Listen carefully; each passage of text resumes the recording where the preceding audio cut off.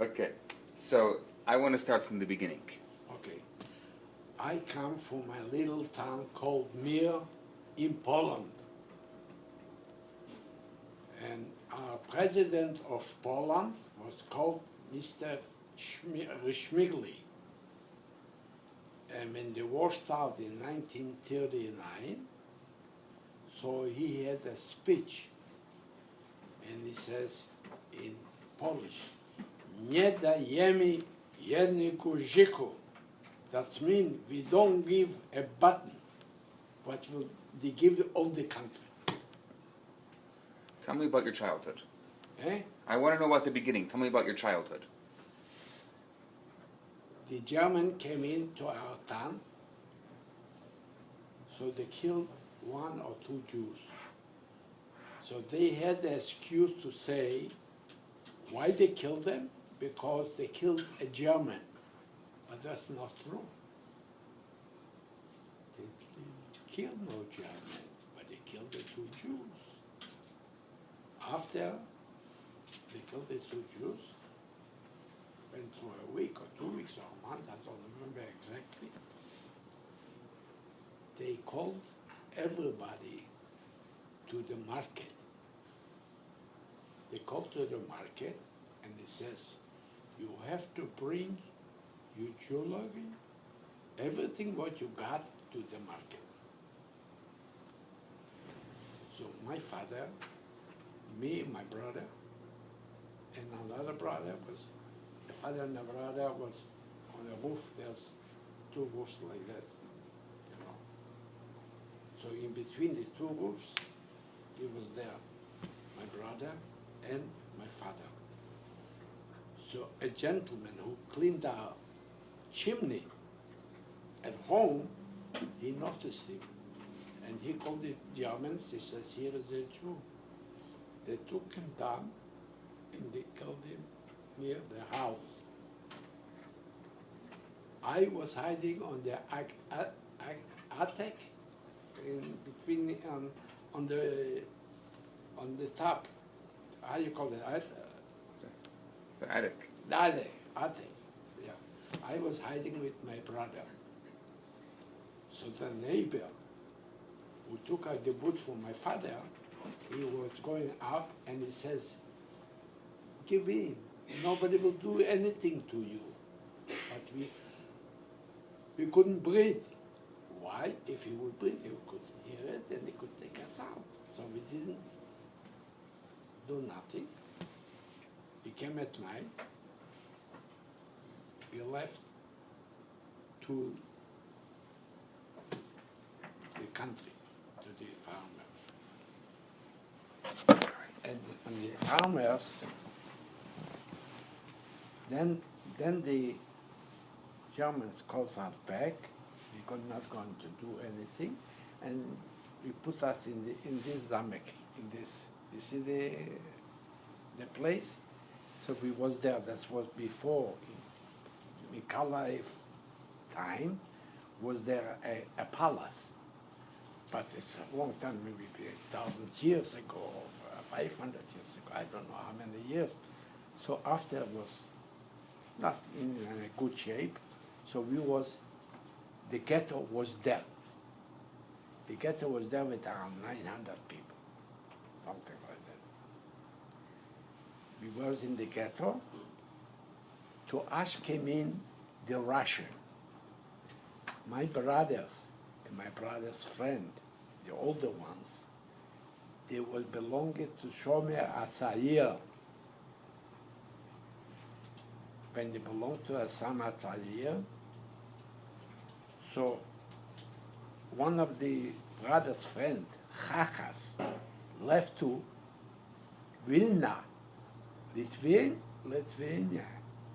And he was there in Samer Atzair with Oswald. He was there with Oswald. Why? Because the Russian came in, so he didn't want to be with the Russian. He wanted, but the Russian came in there, so he came back to Damir. He came back to Damir. He goes in the street. He says, Chachas.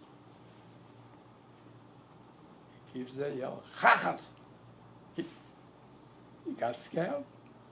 Why? Because he had the German Mudir, like a German. He was a translator for the Meister of Gendarmerie. He was the master. So he says, Chachas, you don't remember me? He says to him, who are you? I was with you on the Shomer HaTzayir. I said, you was in the Shomer HaTzayir? You Oswald? Yes. They became very good together. He was a translator for the Germans. My oldest brother was cleaning the horses for him. So he used to come into the stable and give a yell, Verfluchte Jude! Here's rifles, take it to the ghetto. He used to take 2 rifles on himself, the bicycle. He used to bring it to the ghetto, he put it in the bushes. He says, boys, there's 2 rifles, go and take it out. Ammunition, bullets, pistols, all kind of ammunition he gave to my brother to take it to the ghetto. And he brought it to the ghetto. There was 60 young boys like my brother, older ones, with the ammunition from Oswald. They give them ammunition. We went out around 800 people from the ghetto. Some people turned back. They want to go with the ammunition. They didn't want that. Why? If they go 800 people with no ammunition, they catch them and they kill everybody. So they said to them, go anywhere, go to the country, go to the farmer, go to here, go there, anywhere you want to go, go. But you can't take with us. Me, my brother, they didn't want to take it. So I said to my brother, what I need them? I don't need them. I said, we go straight, we see a farm, we stay stable, we go into the stable. Good enough, we're coming in the morning in the stable.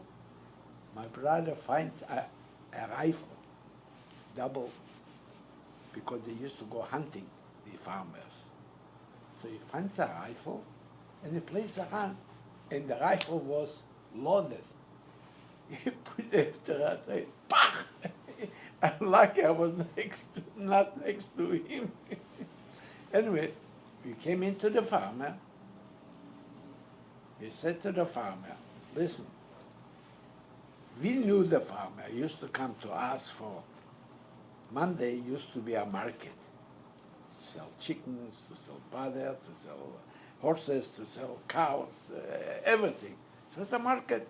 After the market, they used to come to our place to have a drink, to have a this, and we used to go for vacation to them. So it was 7 kilometers from our place. So that time we didn't have no bicycles. After a little while, we bought a bicycle where everybody drove the bicycle to the country. They was fighting for the bicycle. Anyway, we went. We were staying there for a month, 2 months or so. The farmer goes away to the hospital.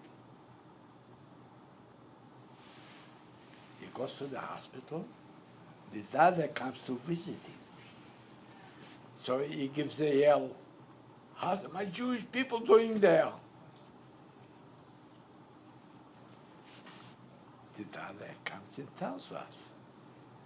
So how the Jewish people there? Oh, this is very, very, in case somebody hears it, the farmer going to get killed, and us will get killed.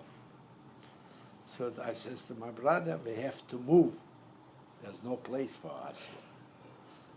So we moved a mile and a half in the woods.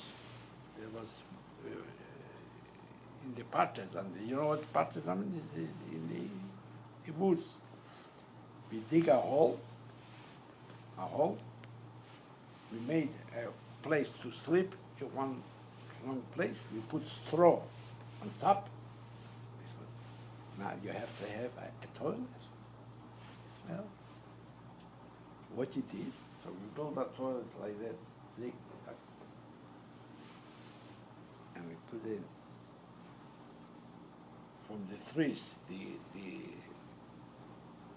I call it from the trees, the leaves, and cover the like a window to cover, and the smell will go out.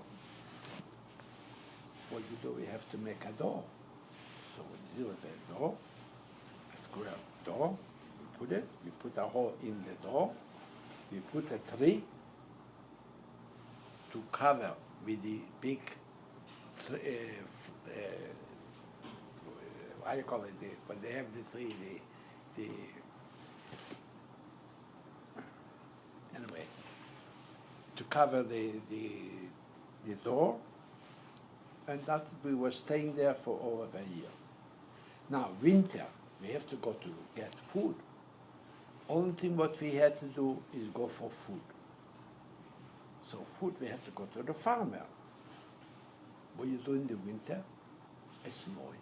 It's snow on the floor. If you go, you put your food, so you see the thing, what you do. So we took a big stick with a nail,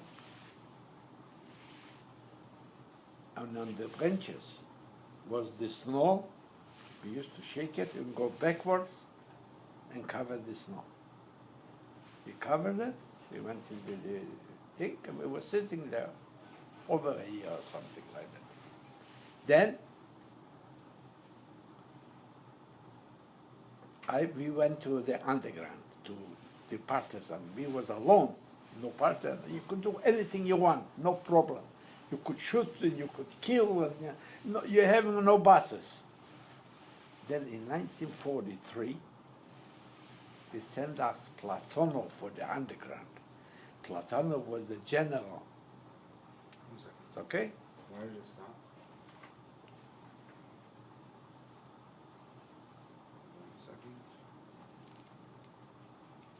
Okay, that's good. I don't know when it stopped though. Really? I just noticed it Okay, maybe start this story from I just checked right now. All over? You have to, Well, you didn't notice it before, huh? yeah. Let's start. All over? Not all over. You don't have to do, not all over, but maybe start from the time that you came into the forest. Oh, with this snow, I guess. That's, Yeah. what, something we got wrong there? Yeah. No, from the winter. Start from the winter. That's Okay. good. So when the farmer said to the daughter, when he came to the hospital, that how's my Jews doing there? So the father came and told us. My father asked how the Jews doing there. We didn't know if somebody heard or not, but it's very dangerous. If somebody hears it, or one of the Germans or somebody did it, they come in this and they kill the farmer and they kill us.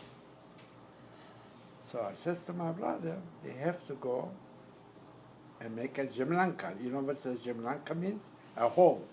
Make a hole and build like a house. So we built it on 10 feet high. The thing, not big. It was like this room, exactly like this room was the whole thing. But we had to dig it. And it has to be digged fast. Why? Because they go to the woods, people going there, the farmers going. And if somebody knows as we're there, they could squeal on us, they could kill us. Okay? Now, we went to the partisans. After we was not alone, then we went to a group. I went to one group, was only children and old women. So we didn't go to put a train in the air. Only young boys, like my brothers, they in another group, they could go to put on a to put a train on the air, or go on the highway, put a truck on the air. They could do it. They could do it. But us, we couldn't do it because we had old people. Only thing what we went is for food to the farmer. And we went to the food for the farmer. The farmer didn't have a picnic, eh? He never said no. And you know the farmer, what he had ovens. Let's say you want to go to the farm and sleep over there. You have no beds or this. You go on the oven and you sleep. There's warm. You're comfortable on the oven. They put, I don't remember already, maybe straw or something on the oven, and you sleep there. Okay. Now, my brother got killed by a partisan. How did he get killed by a partisan? A cousin of ours came into the underground people, to the partisan. He didn't know from nothing. They put him on this to watch if somebody not to come in, or something from strangers not to come into the thing. So a partisan came in. So he gave a yell, "Who is that?" I don't know what's happened. He shoot him. He shoot the partisan. He shoot the partisan. The partisan came back and shoot 3, 4 people. My brother and another 3 people. This is my oldest brother got killed by the partisans. Okay? After,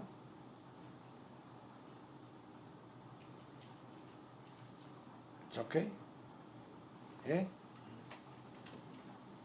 Let me just give me a second. I'm gonna change the battery pack.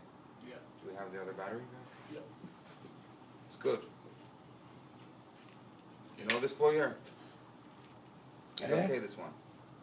What? You know this boy here? He's okay. Yeah, he sure is okay.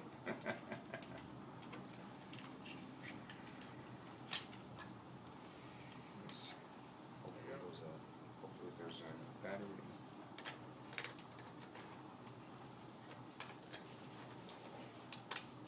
See? It's full. Oh yeah, it's for sure full. Okay, so maybe put that one in. Yeah. Looks like the batteries are going pretty fast. Yeah. All details.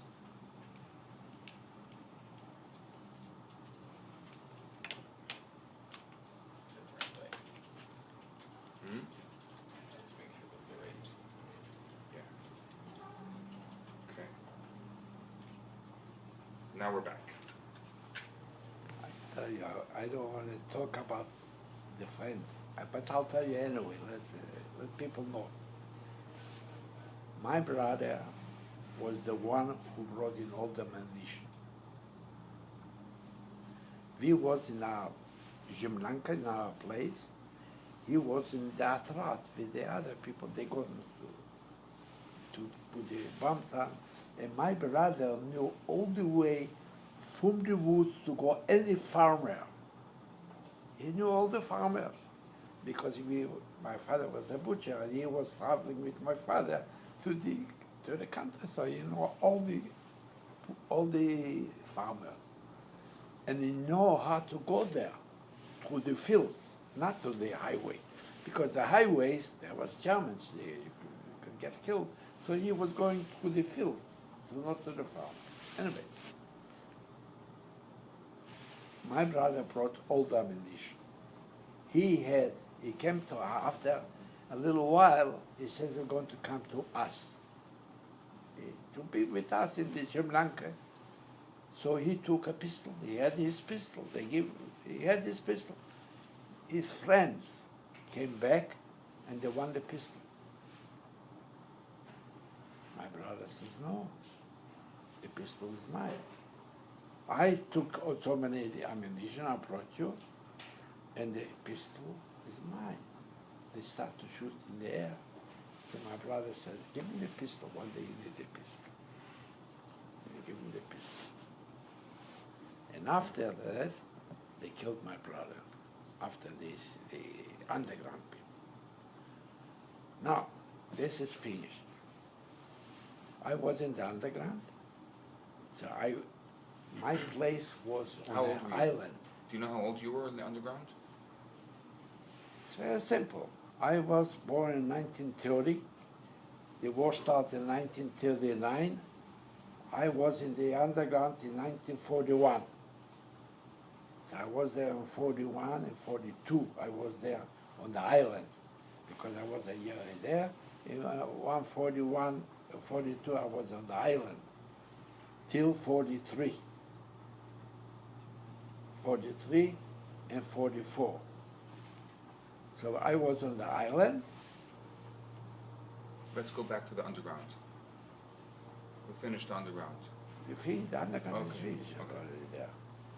I'm still there talking about the underground. Okay. I'm still talking about all that. So I'm in this Atrat, they call Atrat. I was there. What did I do there? I was going to Platonov, the general, to pick up the news. So I had a little pistol, karabinka they call it, a small rifle, and I had a little gun, I think was a Belgic car from Belgium. The car was only for myself I kept it. You couldn't do nothing with it. It's a small little, like a toy. It was like a toy. But I kept for myself. In case the German catch me, I shoot myself. Why? Because if they catch me, they make me suffer plenty. So that was in my head. If they try to catch me, take out my pistol, and finish. Okay? I came from Platonov. So we had in the island was mud and water.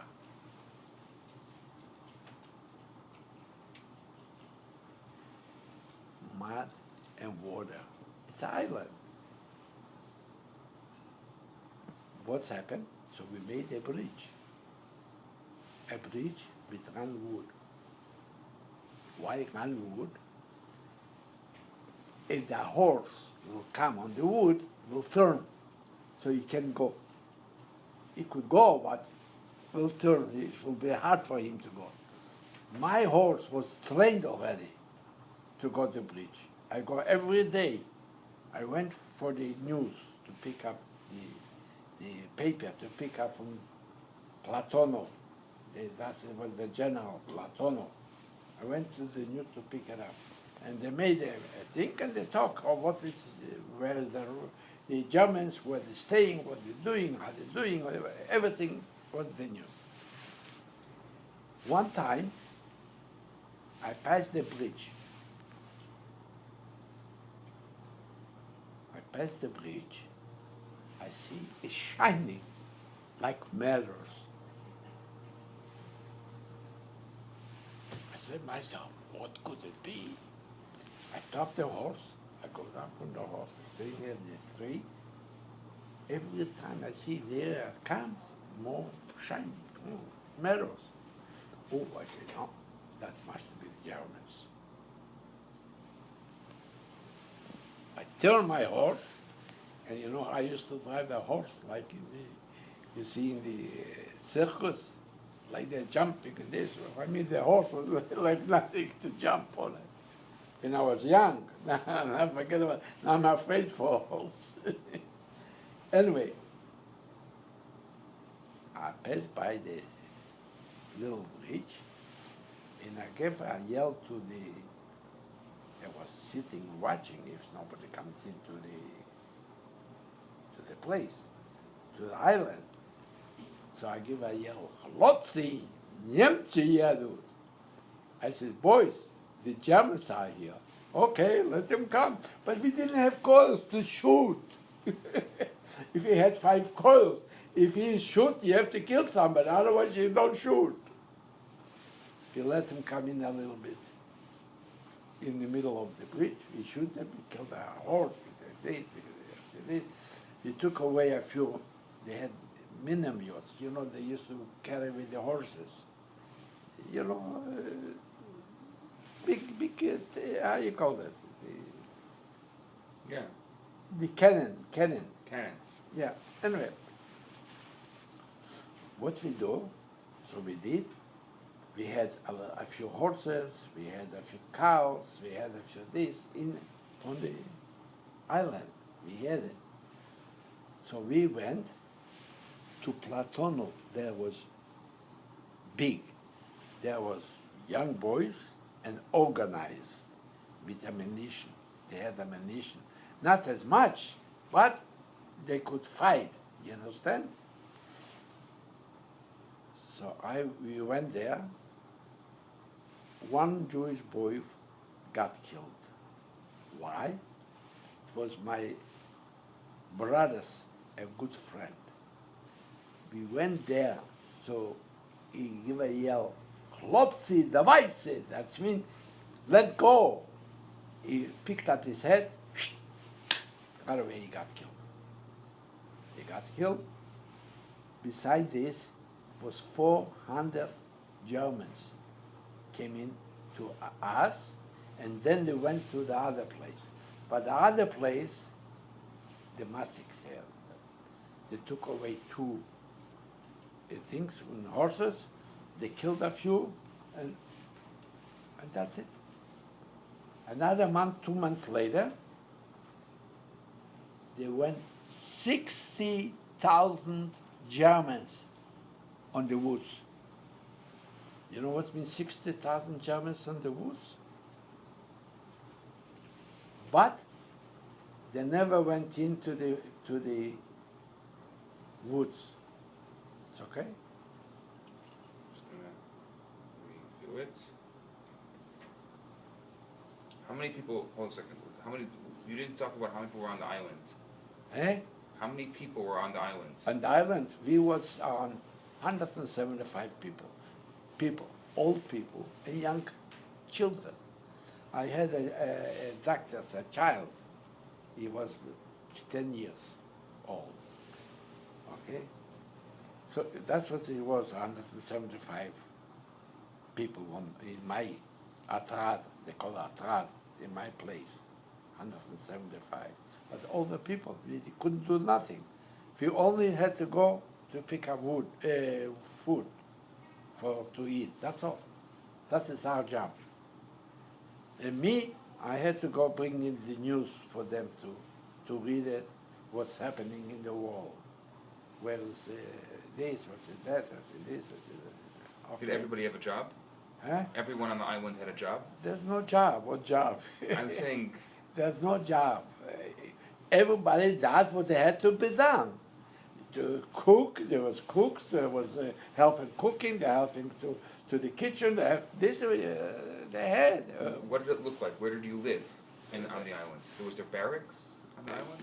On the island, we had, when we was alone, we was in the ground, was nothing to see. Where we was on the island, they had already little homes, little butkelach we had. What did it look like? What did the homes look like? Like a little city. It was like little homes they built it. Somebody built it? Oh, we built it ourselves. Nobody built for us. We ourselves built it. What did it look like? It was just a little house, little houses. Nothing to be excited for the houses. But that's what we had. How many people lived in each house?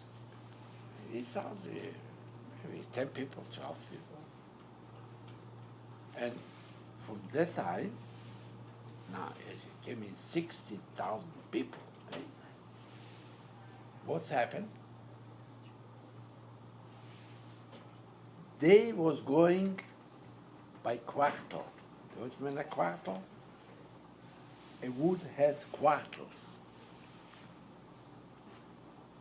Here's one quartal, here's the second quartal, here's the third quartal, here's the fourth quartal.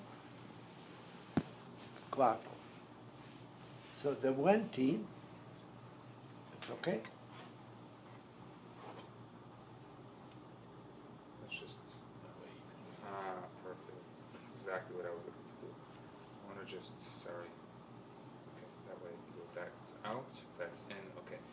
Because sometimes when you move your hand, when you describe it, I want to be able to get it. Okay. Sorry. It's okay. The- And so far it's okay? It's amazing. It's so unbelievable. I'm fascinated, really. It's unbelievable. Isn't it unbelievable? Did you stop it? Yeah, I stopped Did it. he tell you when the horses fell into the No, I didn't. We're still in the island. okay, when he goes, because that's my favorite story. He trained the horses to go on Yeah, the, he said already. but did he say when the horses fell No. in the water? You have No. to tell them when the horses fell in the No, water. no, I'll tell them everything. What with I it? just wanted to remind you, because You know No, what don't have to amazes remind me. is I know. that he had that pistol that he had to use on himself if he ever got That caught. was unbelievable. That was blows me away. that was unbelievable. Yeah. So what's happened? Wow. Hold So- on. wait, let him record. Okay, I have to record. But I just want to tell you that we can hear. I mean, I don't have earphones on, but we can hear like when you print and things. Oh, we can hear all Oh, of I that. wasn't Sorry. printing. Yeah, yeah, It yeah. was me. Yeah. I hope it wasn't too. Well, I have another recorder going on over there, but definitely this recorder would put the. Okay, sorry. Okay. Let's. Now we're back. Okay. So what's happened? The 60,000 Germans went there. We exactly knew where the Germans are. They never went into the woods. Why? They was afraid, as every tree is an underground man, a partisan. So they never went into the woods. What they did, they was going by quarter, quarter. They shooting. So they shoot here, we go here. They shoot here, we go here. They shoot here, we go here. They didn't kill not one person. It was 60,000 Germans.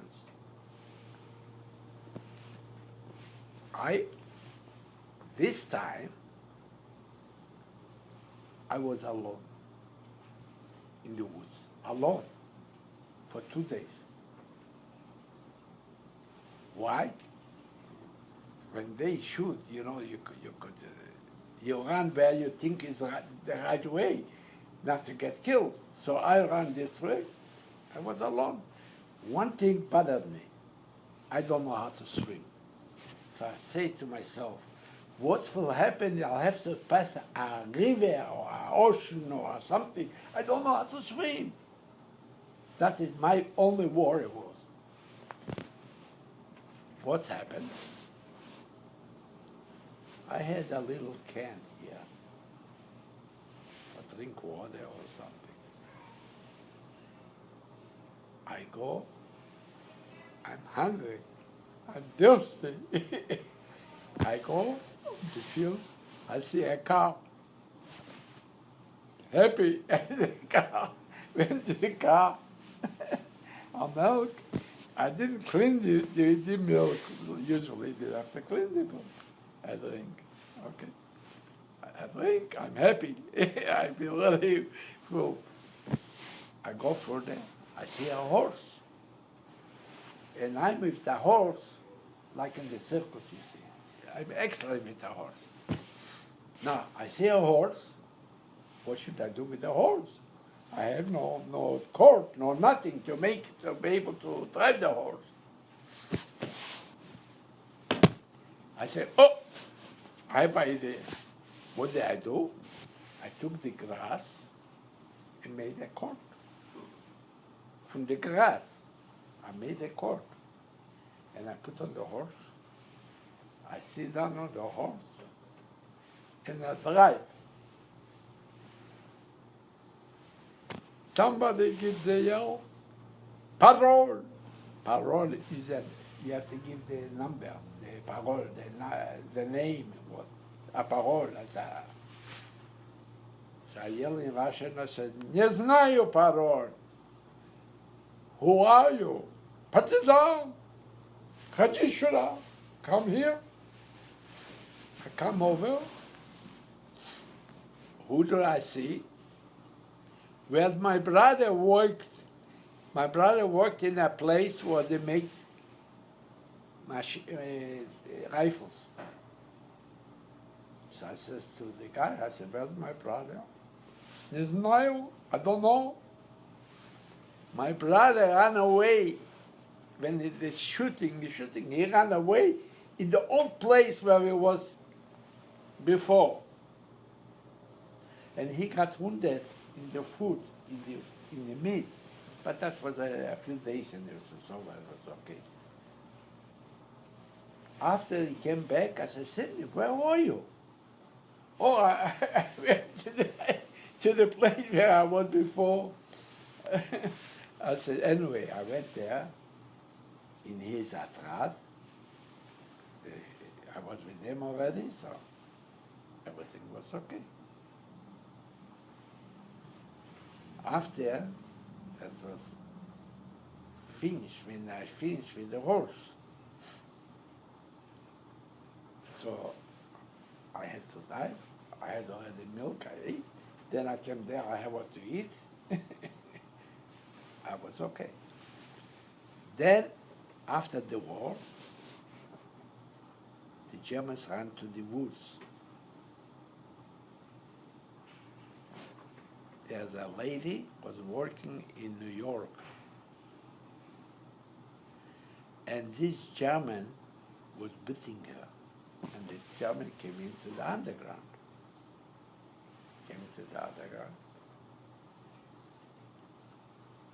That's how many people was there and beating him. And he says the Germans still sing. Sing, that means they're going to win the war. Till the last minute, then the chief of the partisan, he was a Polak. I bet you this Polak, plenty Jews he killed. It's an Ansemite, was a real Ansemite. But he's the chief, what can you do? Can do nothing. He took out the pistol, bah! They killed him, the German.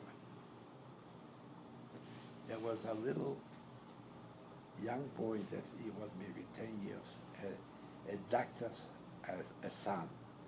He got, you know, the boots that they make, they have the thing when you put him in the boots. He had that and he hit him. It was a mess. You understand? Now, this is, you want to know from where we went out from Damir? Yeah. What about the story of the horse? That's the horse. That's the story of the horse when you found the horse. Yes, I find that. The other one. No, Marlene wants Which the other other one? one. When the horse fell in the water because it wasn't trained. What? When What? the horse fell inside the water because they weren't trained. You know, I don't remember this. There's a story about a horse that fell in the water. It wasn't trained. No, I don't know this story. This, I don't know, maybe this is, no.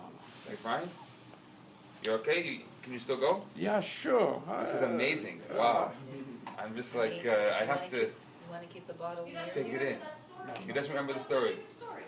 You don't remember when you trained your horses to go to go to the island? Yes. And you trained them to go on the logs? Yes, And when the when the bridge. Germans over the bridge, and when the Germans came, they all fell in the water because they weren't trained? They didn't fall in the water. They went in the bridge. That's it, and The they bridge. fell. I told them. They, Oh, you told you already? But Yeah. you didn't tell it's maybe. I Woo, woo, woo, woo.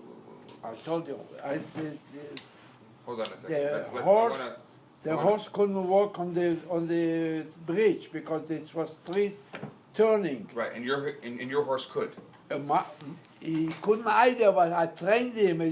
I was going every day, so he was trained already to go. Waiting, he could go so fast. He couldn't go so fast. But I trained him every day, so he know how to go the bridge. So tell us what happened. So when the German horses, tell us a story about when the German horses came to the bridge. When I went for the news, I went up the hill. So I see there is mirrors. The mirrors was the heads from the Germans were shining. So I jumped up from the horse. I see the mirrors shining. So I went to my horse, and I went through the little bridge, and I give a yell, "Chłopcy, Niemcy!" So they start to shoot. They didn't have too much coils, but what they had, they shoot. I had here in Montreal a man, he's a Jewish man, and he was a big shot, I don't know how you call it. Anyway, so he sees me, he had a store on St. Juba Street. So he sees me, he says, Hymie, I still remember you said, Klopsi Nemchi. You understand? So that's, it's a story. Now, in my place, my brothers, the war finished. The war finished. I came out from the underground. What did I have? A shirt, with a pair of pants, dirty pants, some broken pants, nothing. I went to the farmer, and I said to the farmer, can you give me a pud? A pud is 16 kilos, grain. I took the grain, I put it to a guy who makes flowers, a Jewish guy, flowers. I paid for it, not for nothing. Don't do nothing as much for nothing. How do you have money? I told the farmer, when I'll sell it, how can I pay you? Just ask me. You know, first of all the farmers knew me, my family, all the farmers, because we used to do business with them, so they know me. Anyway, I took the merchandise in Minsk, and I sold it. I sold it. Back, what did I bring? Gold. 10 rubles, 15 rubles for the guy who made for me the flowers. He must to take away a sack of gold like that for me, what I brought. He must have other people too. Now, and my brother used to yell to me, Hymie, you're going on a truck, you're going to get killed. Why, there's men on the road and this, after the war, you can go. I said, Sydney, I have nothing to lose. Only I could get killed one time, not twice. For one put, I took 2 puts and 3 puts and 4 puts, and I made a lot of voyage in Minsk. But in Minsk, everybody knew me. What they used to call me? Patsano, Chagishuna. Come here, little boy. Little boy, they called me. Patsano, Chagishuna. So I used to know. So I used to have 2 partners. One partner was Mr. Rosenberg. Him and his wife. He was working in a fire department. In Russia, a fire department is like a policeman. Same quality they have. So comes over to me one day, Mr. Rosenberg, and he says to me, Hymie, yes, ask your uncle if he could give me 15 ruble gold. You'll be my partner. I just bought a cow, I killed the cow. We're going to Minsk to sell it, you and my wife. I says, Alan, my uncle, I guarantee you, has the $15 ruble, but he wouldn't give it to me. I tell you right now, go and ask him. I said, okay. I go and ask him, I said, Moshke, can you lend me 15 ruble gold?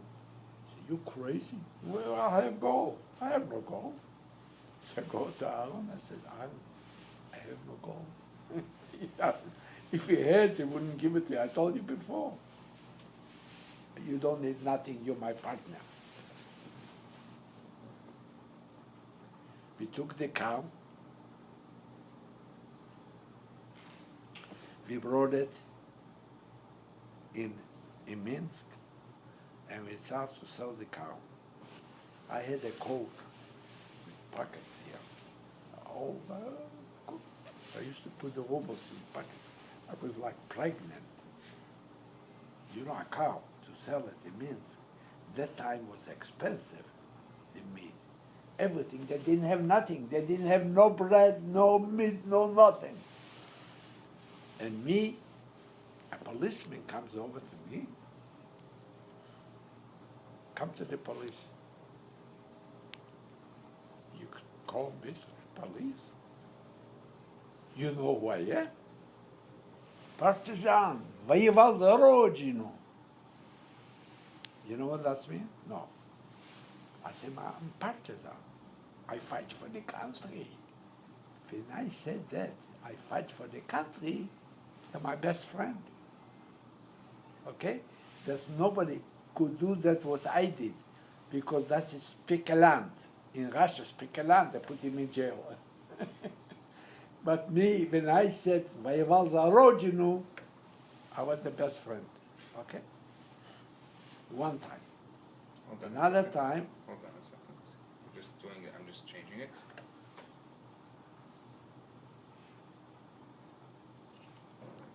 This. Okay. it's okay? Another time, I go with Mr. Stolzenberg himself to New York, selling. There's flowers, selling flowers. Going to flowers, we see this guy walks on the sidewalk. So I said, that's the guy who wants to put me, to take me to the police.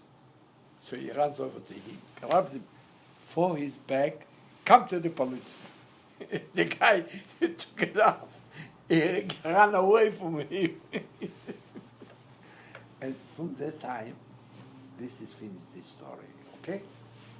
Then I had another, so I was traveling so many times. After I said, I have enough money to go to, because I want to go to America, or Israel, or Canada. I didn't know where I'm going, but anyway, I have to have money if I go to a different country. No, I can't go without money. So I says to myself, I had with one woman 50,000 rubles of merchandise on the truck, and we give a Jewish guy with a Russian driver. We load him up a 2.5-ton truck with flowers. We're going to Minsk. What do you think it is? 2 miles or 3 miles, I don't remember how many miles. He throws us out through the truck. I said, why he throw me out? Oh, you can't go through the border. I said, if I was the road, you know, I could go anywhere. Anyway, throw me down. And my partner comes in. She was a teacher in Russian. She spoke Russian beautiful. Hymie, I thought you got killed. I'm going home. She says, I'm going home. I said, you're going home? I'm staying here. I'm going to arrest this guy. He took away 50,000 rubles from us, 50,000 rubles at the time gold. Maybe 500,000 rubles. I don't remember. I could buy for the rubles a lot of gold, and I would be a millionaire. You understand? I says to myself, this is my last voyage, the last. So it takes away from me 50,000 rubles from me and my partner. She had a little bit more flour, and I had a little bit less. Anyway, we went back. They went from, here's Damir, here's Stolps, and here's Minsk. So they went to Stolps, pick up chickens in a place. They went up to pick up chickens in a place, Russian, like Belarusia. Belarus is like Quebec, okay? So she said she wants to go home to see my son. The son was going with me in school, the same school, the same class. Oh, I want to see my son, and I don't need anything. I said, you, what you want, do what you want. I do what I want. I'm not going home. I'm going to arrest this bastard. Okay. So it was already stopped from Minsk. We go to stops. Then I'm going in the place where he picked up the chickens. You know, when you come to a Russian place, you think you just could go just say hello with him? Who are you? And I said, Voyeval za rodinu, that's my best friend. That's my whatchamacallit. Voyeval za rodinu. What are you doing here? I tell him the story. Oh, yeah, that's the story. You go in Minsk and you go this in this address, there's he. And he give me a wrong name, so they give me the right name. I go there, sleep over the night. In the morning, 5 o'clock in the morning, we're going to this place. This place had a, I call it a barret. I call it a,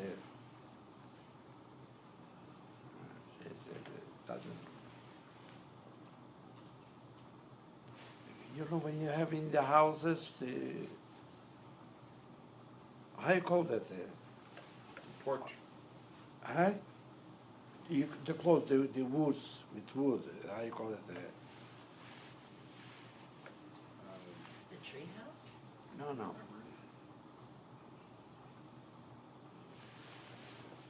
You build a house, you put something to hide from your neighbor. I call it Oh, to measure the No, land? it's a wall that separates. a wall separate. Yes, Yeah, I yeah. call it. A separating. Yes. Anyway, it is high and long, and on this it's marked Chod Niet. You always mean Chod Niet. You can go in. And in between that is a little house. So my partner, there's an older lady, a Jewish lady, goes up with 2 piles of water. So she says to her, can I have a glass of water? She says, sure, come into my house, I'm next door, come into my house, I'll give you a glass of water. And when they start to talk to each other, what are you doing here? They saw they are Jewish people. What are you doing here? What this and blah, blah, blah, blah.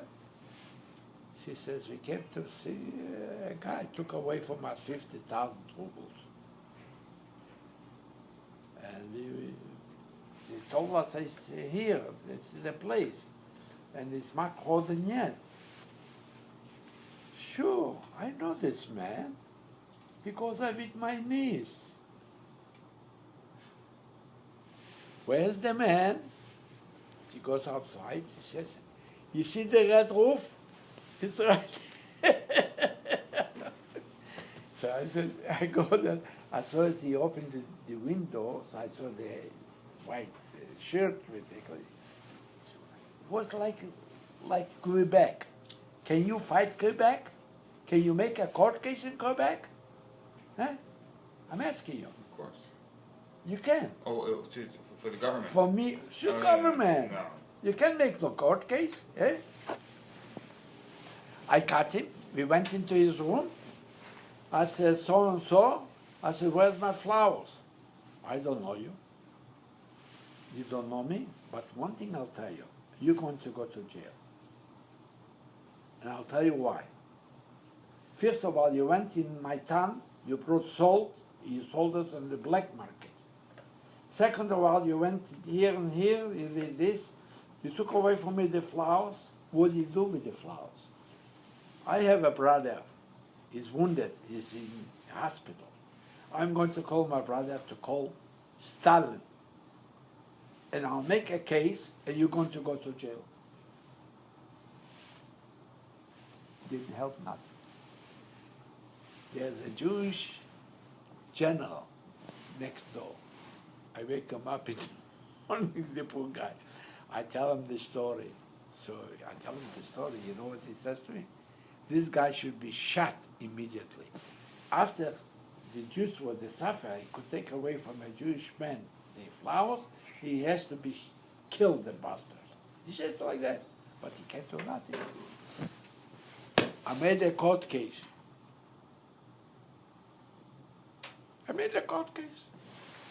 In the court, they come in, they say, anyway, was 50,000 rubles, they gave us 15,000 rubles, from 50 to 15. The lady had a little bit more flowers, she got 8, I got 7. They didn't give us the full amount, they give us 3,500 for her, 3,500 for me. You have to come next week, you get the rest. Okay? That's what the court said it. So I says to the lady, you have to wait a week there. What I'm going to do there a week? I'm going to go home, pick up another load, bring it back. I'll make more money. I come back, he's gone. I never saw him again. How many people could make a court case in Russia? I'm one of a million who could do it. Can you make a case here in Quebec? And Russia is worse. I made a court case. And that was a Christian, a Russian, who made the court case. Okay? But you should see the way. First of all, this bastard, what he did, he took the flowers and he gave everyone the big shot. Some flowers. That time was no flowers. You couldn't get no flowers for no money. They didn't have what they, they had the bread in Russia, in Minsk, that time when I was there. They give a kilo of bread, is first of all not baked enough, and straw inside. They didn't clean the flowers. And they give a kilo was big like that. Why? Because it was raw. They didn't have it. Okay? I made the court case, and I win the court case. This is something was nobody could do it. Nobody. I did it. That's the case. That's the story. I'm sure. Tell us a story before the war, when you were a child. Before the war, I was going to Cheder. And the rabbi used to throw me candies from the top. And he had that little sugar in the mouth. He said, "Oh, Morabia!" Put that piece of sugar in the mouth. The square little sugars. I was 9 years when the war started. I was learning I went to Cheder, that's all. I went to Polish school for maybe 2 months, 3 months, and that's it. I didn't know how to speak Polish. I didn't know how to speak Russian. I learned I picked it up. Even today, I don't know how to read and write. Why? I came in here. I had an auntie in New York. She was very rich, but she was my auntie, he was my uncle. He came to see me, he says, if I want to go to school, he's going to pay for me. I didn't want to do it because my auntie, and then he could say, oh, I give to his nephew money. So he introduced me to 3 people here in Montreal. Pascal, 5-cent store, and Crystal. Crystal, the 2 lawyers. He was in the parliament. So Crystal invited me for Passover one time. His wife tried to get me to New York to see my auntie. She could never do it. Why? I don't know. She couldn't get me a visa to go to New York. And she was top. Talk about what you were doing when the war broke out. You told me once you were playing outside, you were a child, and all of a sudden there was chaos in your town. And that you said something about seeing your father's shoes. Remember that? Yeah, when the father showed the father they killed near the house. Tell us what happened. They killed him near the house No, because when the war broke out.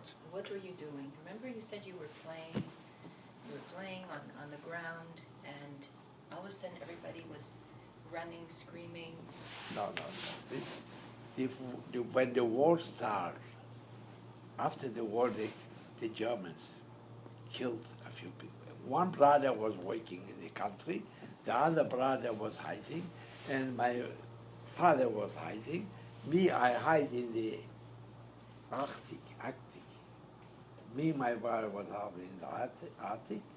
My other brother was in the underground with me, and the father, they killed him near the house. And the neighbor, you know, in Poland they had boots, with big boots, beautiful boots. So the neighbor took out the boots for my father, and they got killed. But after the war finished, we brought Oswald back to Montreal. He saw all the people who worked with the Germans, we cleaned them out, and this guy, we put it in Minsk, in jail. I came in with my brother, we hit him, but he says, you're not allowed to hit. If you hit in dry, that's nobody. But this guy, I'm sure, didn't go out from jail. I'm sure. In Russia, when you go into jail, especially for that, he wouldn't go out from jail. So that's it, the story. Nothing else. That's it. That's it. What do you want me to tell you? You could read this paper from the thick if you want. Maybe you have something else. Yeah. Listen, my age catch up with me. You think I remember everything? Maybe I forgot things. Could be. I don't There know. is a Huh? VHS video of him telling a story Oh, really? from many years ago. He has it. You know that tape that you have? Yes, but when I you don't know where it is. But George must have Yeah, it. George must have it. Yeah. Now, this paper he's going to give you is what's in the back there. Right. Because he was honored at ABL a few years ago, so they put up his story. Okay. I have a couple of things. Let's add a little bit more. Oh, okay. Tell us about Mir, the town of Mir. Now, I'll tell you something else. But it's very important. I told you the story that Mr. Rosenberg was my best. We had a cow, and we took to Minsk and we sold the cow. Okay? He died. And he liked me. He wants I should be his daughter, to get married to his daughter. But she was very young. She must be 10 years. And I meant to be 12 years. But he liked me anyway. So he died, and his wife was in California in a house. And the daughter, I called her with the daughter. I was in a good. So I call up the daughter and I go to California. I go to California, I come to her and I says to the daughter, listen, I would like to see your mother. She says to me, my mother is in a house and she wouldn't recognize you. She wouldn't know nothing about you. I said, okay, let me go see. She was 92 years old. So I go over to her and I says, Shane, do you know who you're speaking to? She said, no. I said, tell me, do you know your partner? Chaimke? She knew me exactly. Would you believe that? Wow. 92 years old. She said, Chaimke. How did you get to Montreal? In Montreal, it's a good story. In Montreal, I got the Jewish Congress brought me over here. Okay? I could tell you about the story how I built my business if you want to know. The Jewish Congress brought me over here, and they give me a job. I worked for Jurupan Blouse. It was the nicest blouses in the city, in Canada, I should say. They had a partner, two partners, Jewish guys. One couldn't speak not Yiddish. He was, you know, from the very high class. One was a salesman. He was on the road for 6 months. Okay. They give me a job. They pay me $17 a week. I paid rent $60 a month. So I didn't have, if I need for 5 cents for a glass of milk, I didn't have it. Because in the morning I used to take the train. It was a tramway. Used to go from Park Avenue till Craig. Near Craig I was working. Came in here, okay. After a year, I have my brother in Vienna. One was wounded. He's wounded in the head. And one is working in the Vienna for, as a chauffeur, a driver. So I go over to my manager. I know other way he wouldn't do it because he was afraid of his job. I take away his job. Because I did the job and he got the credit. You understand? There was 80 girls sewing. And I was the only one cutter to give them to cut for sewing for 80 girls. You know what I mean, 80 girls? 80 machines? A lot. I used to have a table twice as big as this room. A table, and put in material on the table and cut it for the girls to sew. So I come over to the manager. I said, listen, I need a favor from you. What is the favor? I needed a paper if they come in here, my brothers, they have a job, that you give them a job. I don't need your job, I have a job for them, but I want the paper to you. Sorry, I can't do it for you. I didn't speak not English, not French. Only I spoke Yiddish and Polish a little bit. Yeah, a little bit. I didn't learn Polish, but anyway, I figured, what should I do? Should I go over to the boss? He wouldn't understand me anything what I tell him. But I said, I'll take a chance. I go over to the boss. I said, Mr. Berko, yeah, I'm working here a year. I would like to know, I have my brothers in Vienna. I would like to know if you give me a paper that they could work here, but I don't need it to work here. I have a job for them. Sure, I'll give you the paper. Then I say, Mr. Berko, I'm working a year. You pay me $18 a week. I pay $60 room and board. I can make a living. If I need a glass of milk, I can buy it. I haven't got it. I have to have a raise. Otherwise, so he said, you have to go to the manager. I said, Mr. Berko, I don't have to go to the manager. I'll give you notice 2 weeks. Because the manager wouldn't accept it. And I know he's afraid of his job. That's it.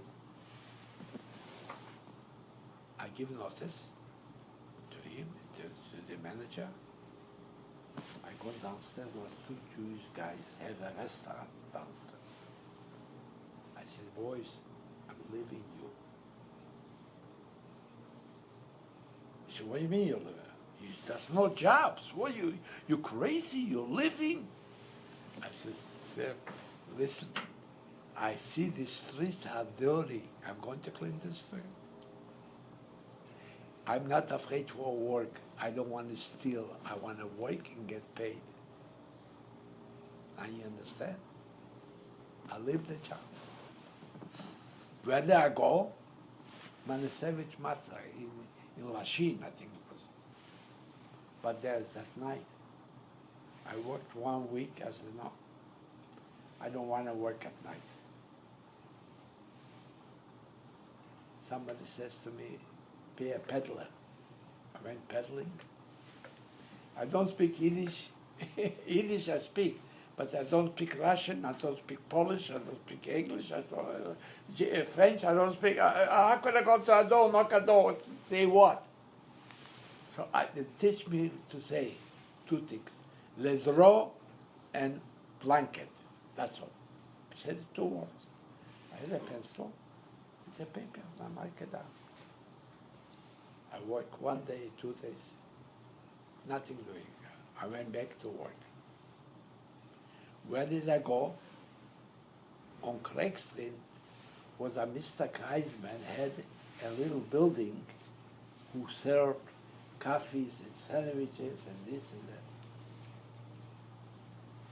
Comes in a big guy, Rose Dress. Rose Dress is a rich guy, is a manufacturer from skirts, and he's very rich. He comes over to me, he says, can I have a club sandwich with grass, the club sandwich? So I says to the boss, tell me, Baas used to eat the horses and the cows, the grass. Here the people eat the grass. He starts to laugh. He said, here is only the grass. Anyway, I worked there maybe 6 months, a year. First of all, I didn't get $18, I get $25. Oh, I'm a rich man. Plus, I had food. I could eat there. After a few months, I said to him, Mr. Kreisman, you know I'm a Jewish boy. I don't think I'm going to stay for a long time to stay in your place. I might buy a restaurant. It's okay. You want to buy a restaurant? Let me know. I'll help you to buy the restaurant. I thought they'd take me and throw me out. He said, I couldn't help you. But very nice of him. Anyway, I went from there. Comes in another Jewish boy. Hymie, let's go pedal. He didn't know either. I didn't speak not English and not French. But we're going to the door, knock the door, in the door, in their face, and this, that. Anyway, started working. Then my brother, I brought him here from Canada. He worked on St. Lawrence Street in a restaurant, a smoke meat restaurant, but they had a freezer, a walking freezer. So he used to go into the freezer and go out. He used to get sick. So he says, I can't work there. I get sick all the time. Okay. Come work with me as a peddler. He went once, twice. I can't do it. It's not my kind. Anyway, then we start to buy cards. You know what you mean, buy cards? We had people used to go, a parcel used to be $45. So we used to give him $15, the profit for him, the whole profit. And we used to get a card. And then we had a card. We used to go collect $2 a week. Then we had a customer. We collect this money, we sold him something else and something else and something else. Then we got in watches and rhinestones. And there we made big money. A rhinestone watches that cost $18. We used to sell $99, $125, depends if it's a little bit fancier. Rhinestone cost $16, we used to sell $99. We made good profit. After I was a year or 2 years in the business, then I said to my brother, let's go open a store. So we came on St. Lawrence Street near St. Catherine. There was a store used to be a thing, dirty, terrible. But from one to the other street, the store was going through. Next door used to be a factory from sofas. So there was $400 a month. So my brother says to me, $400? How are we going to pay $400? Hold on. It's okay? Yeah, 400. Said it was For, 400. how can I pay $400? I said, Sydney, you'll be inside, I'll be outside. I'll bring customers from outside. You know what? Don't worry, we're going to make it. Anyway, we had a store, and we had all the Greeks. When they came from Greece, they came to my store. Why? We had a Greek salesman. He said to us like that, I'm going to get these people to come into the store.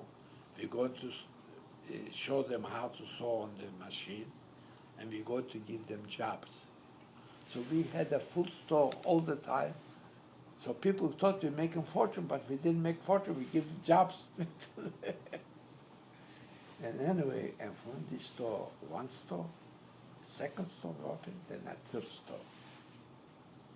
In 1967, I was the first one who sold to bachelor apartment. You know what I mean, bachelor apartment? I sold to bachelor apartment. Comes in a friend of mine. He says, Hymie, you have a job for me? I said, yeah. What will I do? You'll be my partner. Recognized, no? I'll be in, you'll be out. We're going to sell to bachelor apartment. But the first bachelor apartment, I'll go with you because you don't know how to sell it and what to sell it.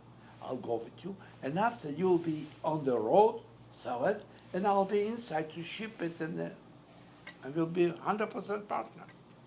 It's good, no? We start to work. We did very well. Then my brother buys a carpet, $10 a foot. The builder doesn't need it $10 a foot. They need it for $2 a foot. They had a carpet with the foam, piece of garbage. But that's what they want, to rent their apartment. That's what they want. So he comes over to my brother, and he says, listen, Sidney, I can sell for $10 a foot. So if you don't like it, go and buy yourself. I said, Sidney, you did a boo-boo. If you tell him to go to buy himself, then he's going to go out with you. Watch and see. That's what I said, that's what's happened. So he was my competition. So I said to Sidney, to my brother, I says, if he comes into a customer and cuts me, we have 3 stores, we make a living from the stores. I would give cost price. For 2 months, for 6 months. Cost price. I don't make nothing and I don't lose nothing. He will go out and I'll go in. Otherwise, I'll go out and he'll go in. I'm not working for nothing. Okay. So he went in and we went out. But I was the first one to sell to apartments. So we had a good business. We had a customer, he had 150 apartments. He used to come to give an order, give me 50 hide beds, 50 bedroom sets, 50 carpets, 50 drapery, 50 lamps, and we used to sell it, 50 at a time. So we called up my brother in New York. He was in New York, a baker. He was not a baker. He was on 3 jobs he used to work. What to do? Cake. They make the fancy cake. He used to make the fancy cake. So I said to my brother, let him bring over here. And he'll make for us the hide beds and the sofas and he sell to other people. And we pay him right away. So he says, it's a good idea. So I says to my brother, it's a funny, eh? I says to him, if I know he was a little Italian, he was a pollster.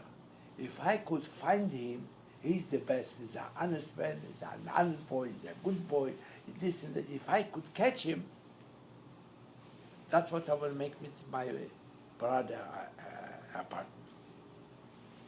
As I talk out this word, it comes into the store. The Italian comes into the store. Would you believe that? I said, you see, Sidney, here's the man. So I says, tell me what you're doing. I have a little factory. I make my items, my sofas. He's a good man. So I says, with who are you? I said, I have a partner. Who's the partner? He's the Italian. What he's doing? He's an accountant, but he's a partner with me. I says to my brother, we're going to make partnership. Watch this guy, the accountant. Him, I'm not worrying about it. You could trust him 100%. The other guy is too smart for me. Watch it. What do you think? Me? He can steal nothing.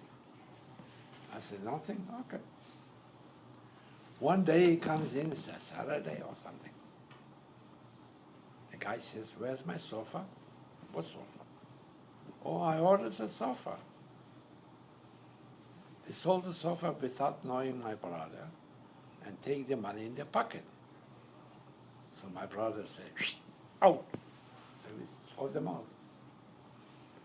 And he was a little manufacturer on St. Lawrence Street.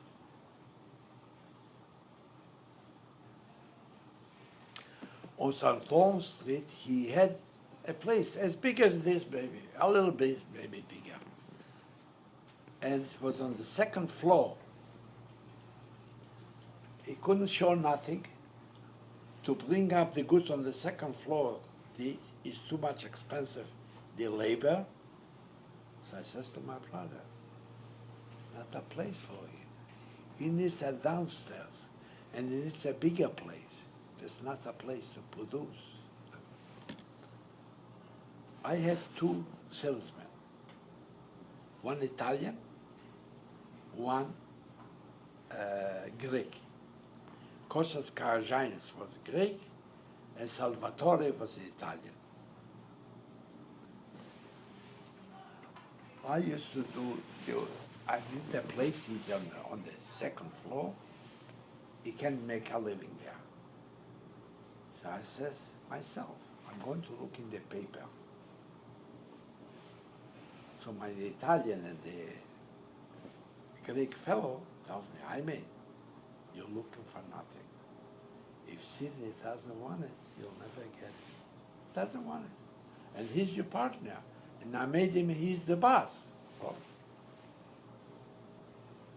What's happened?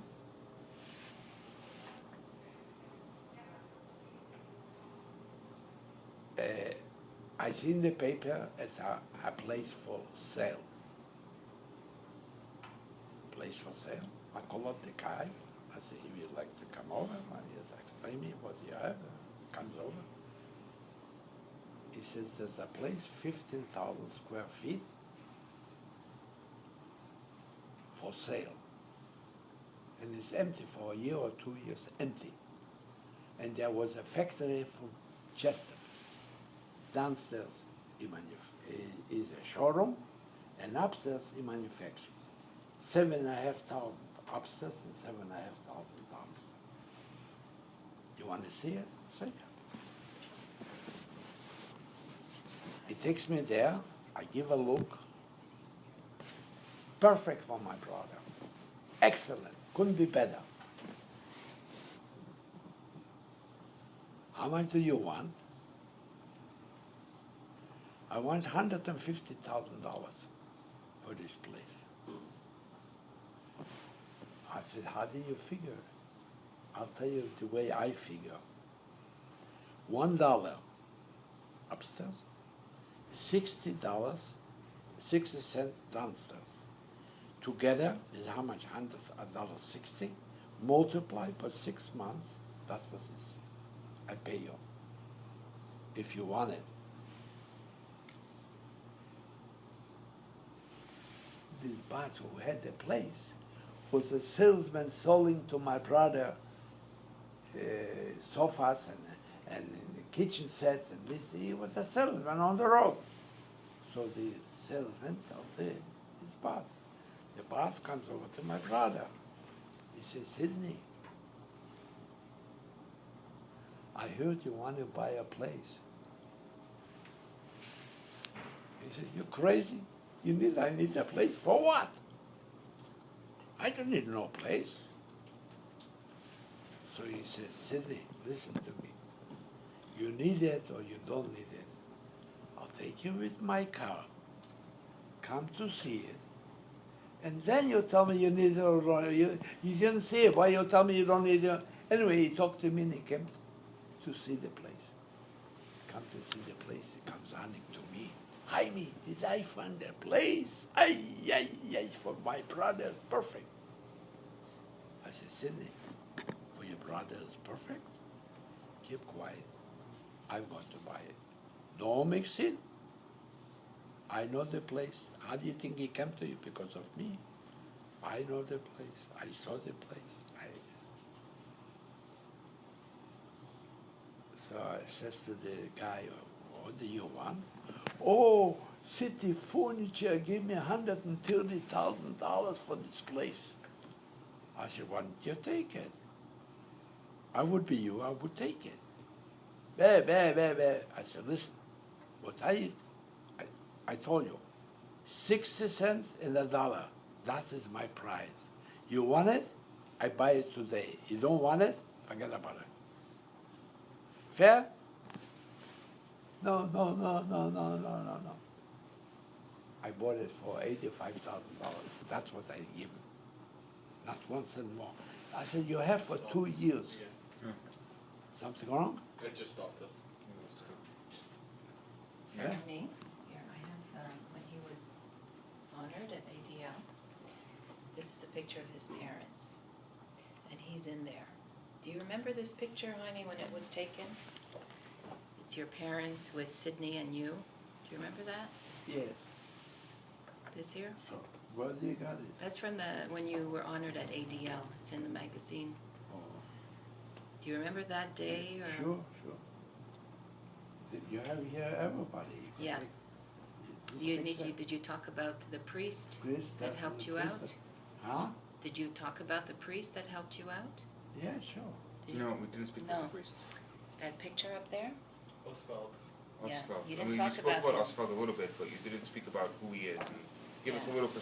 little bit of a background on him. Okay, good. I could tell about the priest too. Yes, I see you know more about me. Well, I'm just reminding you. I'm reminding you. Yeah, listen, my age catching up with me. You understand? Not quite. He's It's very good. He's Very sharp. Very good. You're very Very sharp. good. Yeah. The priest, I didn't tell you about the priest. We don't know anything about Yeah, him. We just know his name is Oswald. Yeah. Oswald Rufeisen. Okay, How he started, why he became a priest. okay. I'll tell you about the priest. So I bought the building and he made money, my brother. Very good money. You understand? That is, with the priest, it's like that. Yeah. He was a Jewish boy, and he worked for the gendarmerie, for the chief, and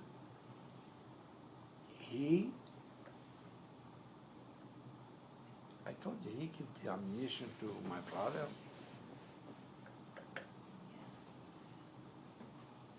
He also, it's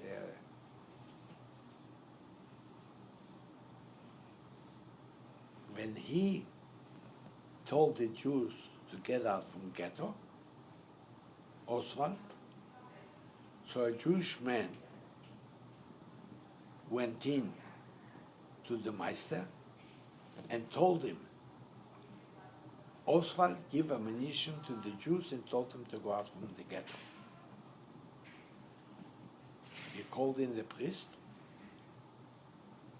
He says, Oswald, why you give the Jews ammunition? If you tell me the truth, I give you an easy death. If you don't tell me the truth, I make you suffer. So he said, Meister, you be a Jude. You know what's mean, a Jude? You be a Jude. I'm a Jew. Bist du eine Jude? He said, yes. He said, you see the door? You could go. He went out. The police knew, everybody knew, nobody touched him. Where do you think he went? He went to the nuns. There was a mile and a half, or 2 miles from the Germans, from the Meister. He went there, he was hiding for a year in the basement. And they give him all the books to read. They give him all books to read. He read all the books. Then they ask him, one thing I didn't ask him, how come he came to the nuns?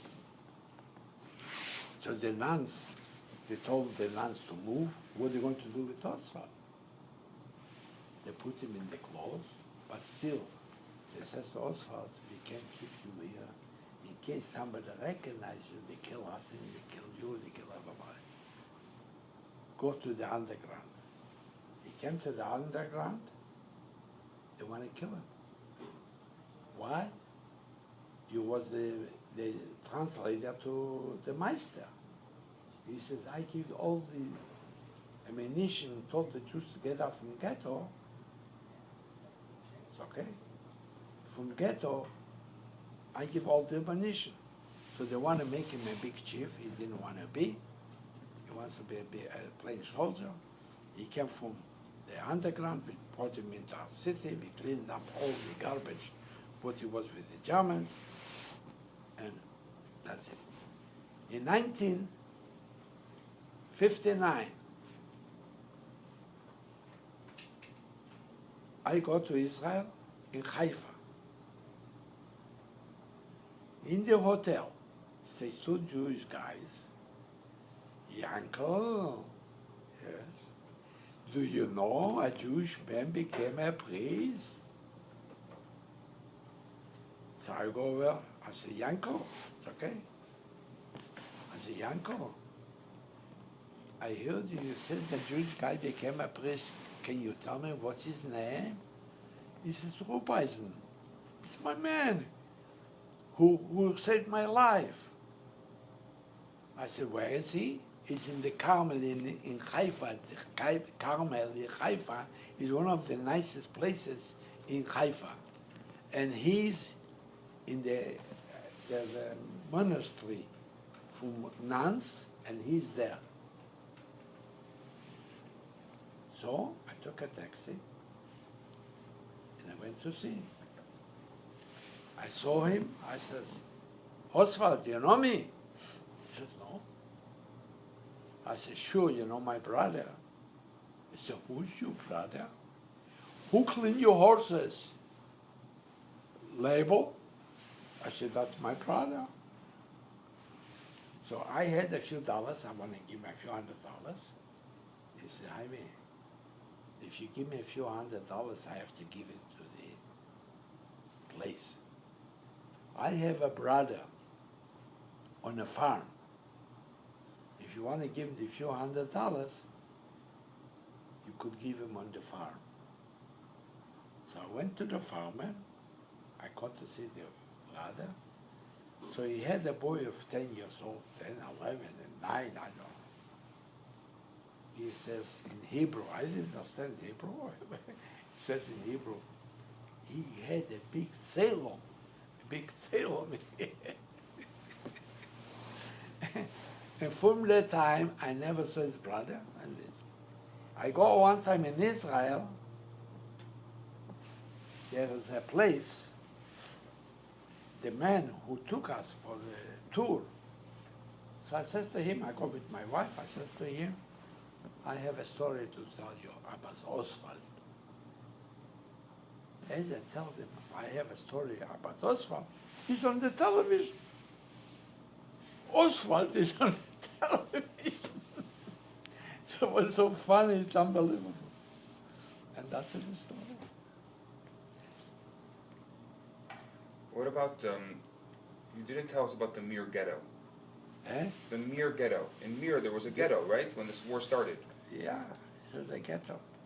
The mere ghetto that I told you about the Zamek. Yes, the Zamek, here's there. You saw the Zamek there. Yeah. Yeah. We was there in the ghetto. I told you the first time was they killed 1 or 2 Jews. Then they ran away. Then they told us to come to the market and bring the gold and the diamonds and all the expensive things. So you brought it, and after we went into this ghetto. Otherwise, we was living. We had a section, but we was not in a ghetto. How big was the ghetto? The ghetto here. That was what it? the ghetto. That's it. It was a zamek. It was from Char Mikalayev. There was a very nice place there. It was a very nice place. How big was it? How many people were there? It was 900 people In there? in there. Wow.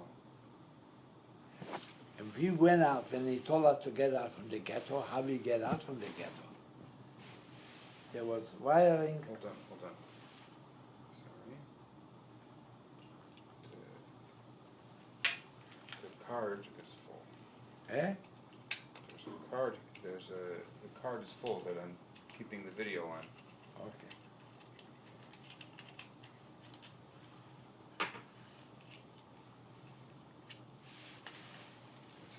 So, you okay? You have a few more minutes. Yeah, I have plenty. I have plenty of time.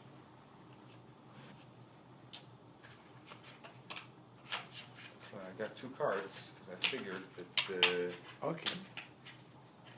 In case one doesn't work, the other will work. no, that we'll probably have to use 2 of them.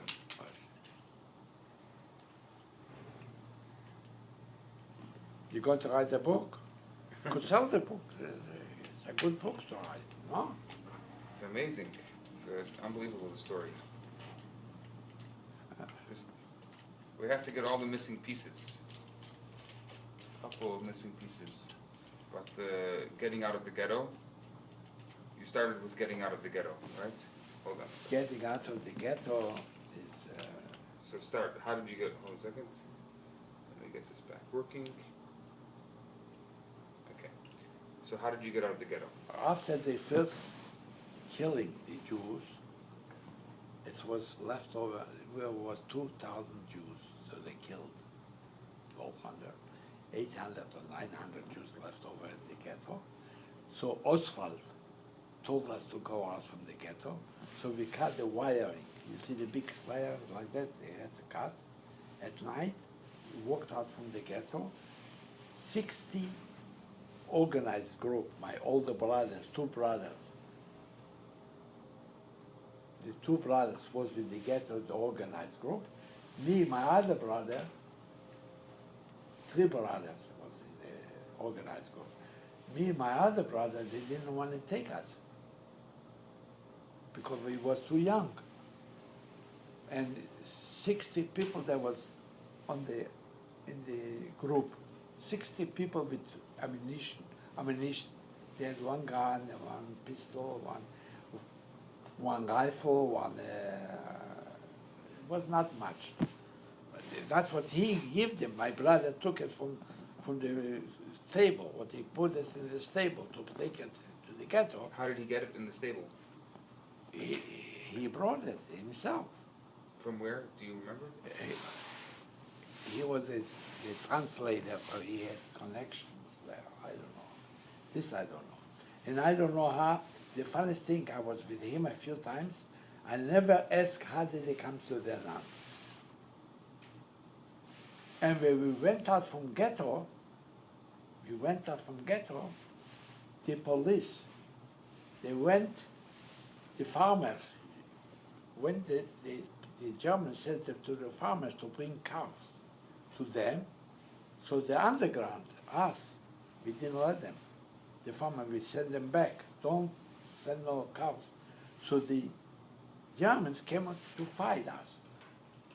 So they shot a guy, but it was not Oswald. But he had his boots.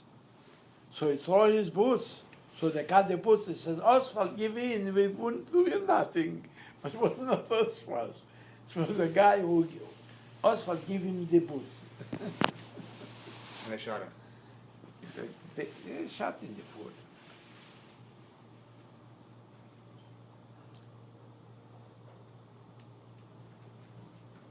But I think the story is good. Huh? It's fascinating. What are we missing? We're missing a lot of pieces, huh? What did your parents used to do? Before Butcher. the war, what did your parents do? A butcher, And your mother? Kosher. Your mother was Work with the- working. Kosher butcher. a kosher butcher. You want to talk about your parents at all? And you say a kosher butcher, she said. In Europe, we didn't have frigidaires. Okay? What do you think we had? We dig a hole, and in the whole winter time, we used to go and cut the ice, and we used to put in the hole. It was for the whole summer. And the meat was there. Yeah, it stayed fresh. Do you remember how your father was? What kind of man he was? He was a very, very nice looking man and was a good man. Good man. Like my auntie. She was his brother, sister. Auntie Betty. She was, you don't find people like that today. And your mother? Mother too. She was a different this, but she was a very nice woman. We had a girl working for us for 16 years.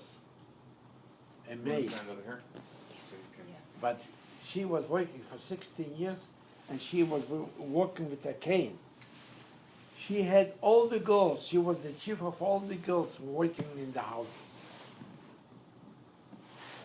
When we was in the underground, we came in now we came in after the war to our city. So my brother comes over, and we went to this place where she was living. He called Olga. She was living, so he comes over, sitting with an older lady. She must be 90 or 85, I don't know. She's very old. Can you tell me where is Olga? She said, Olga died a long time ago. But he knew everything, where she was living. Would you believe that? Do you remember your grandparents? No? Yeah, but I don't.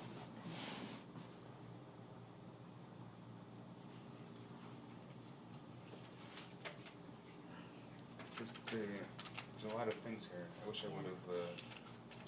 Be more prepared maybe? Yeah. Or maybe I you can asked, come back another time? Yeah, of course. I asked George and Marlene to give me a list of their favorite stories, and I didn't get it yet. So Oh, I didn't get it. Everything I put on my list is that you already spoke about. everything Yeah, I had 5 things on the list. and everything was spoken about. Yeah, Oh, that's good. that's what I remember. I would say 95% I told you this story. Yeah, a lot of it. But let's just make sure, because I have a couple more questions that I want to get Okay, into. If it's okay. I'm here. Any question you want to ask? Okay. Yes. Do I tell Alex to go eat? Or you Yeah, want I to told wait? him, let him go eat and go to the bank. He went to the bank. He went to, He wants to know now if you want to go eat. I'm with going, him. I'll eat with him, I'll order for him and me. Rabbi, You order do you want from some my- water? I'll eat. That's fine, thank you. Okay, Yeah, yeah. Hymie, you want water? No, No? thank you. So you think we're good? We covered everything? Yeah, but one of the this was important, this Yeah, yeah, man, yeah, because he we- really helped out a lot, and when he lived in the forest. And this, you want to take this? What is it? Yeah. What I'm gonna do is after we're done, Yes. you'll get up, not yet. Then you're gonna go around the room and you're gonna show me everything, Yeah. Okay, good. and you'll talk about it. Yeah, good. Okay. So but now, I have to tell you a story about my cousin, Eddie Kenter.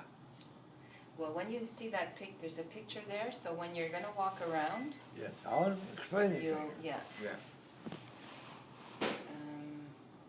What about the time that you went to Israel to see the priest after? Yeah. He just told the story. That he saw? Yeah. He saw What was that. it?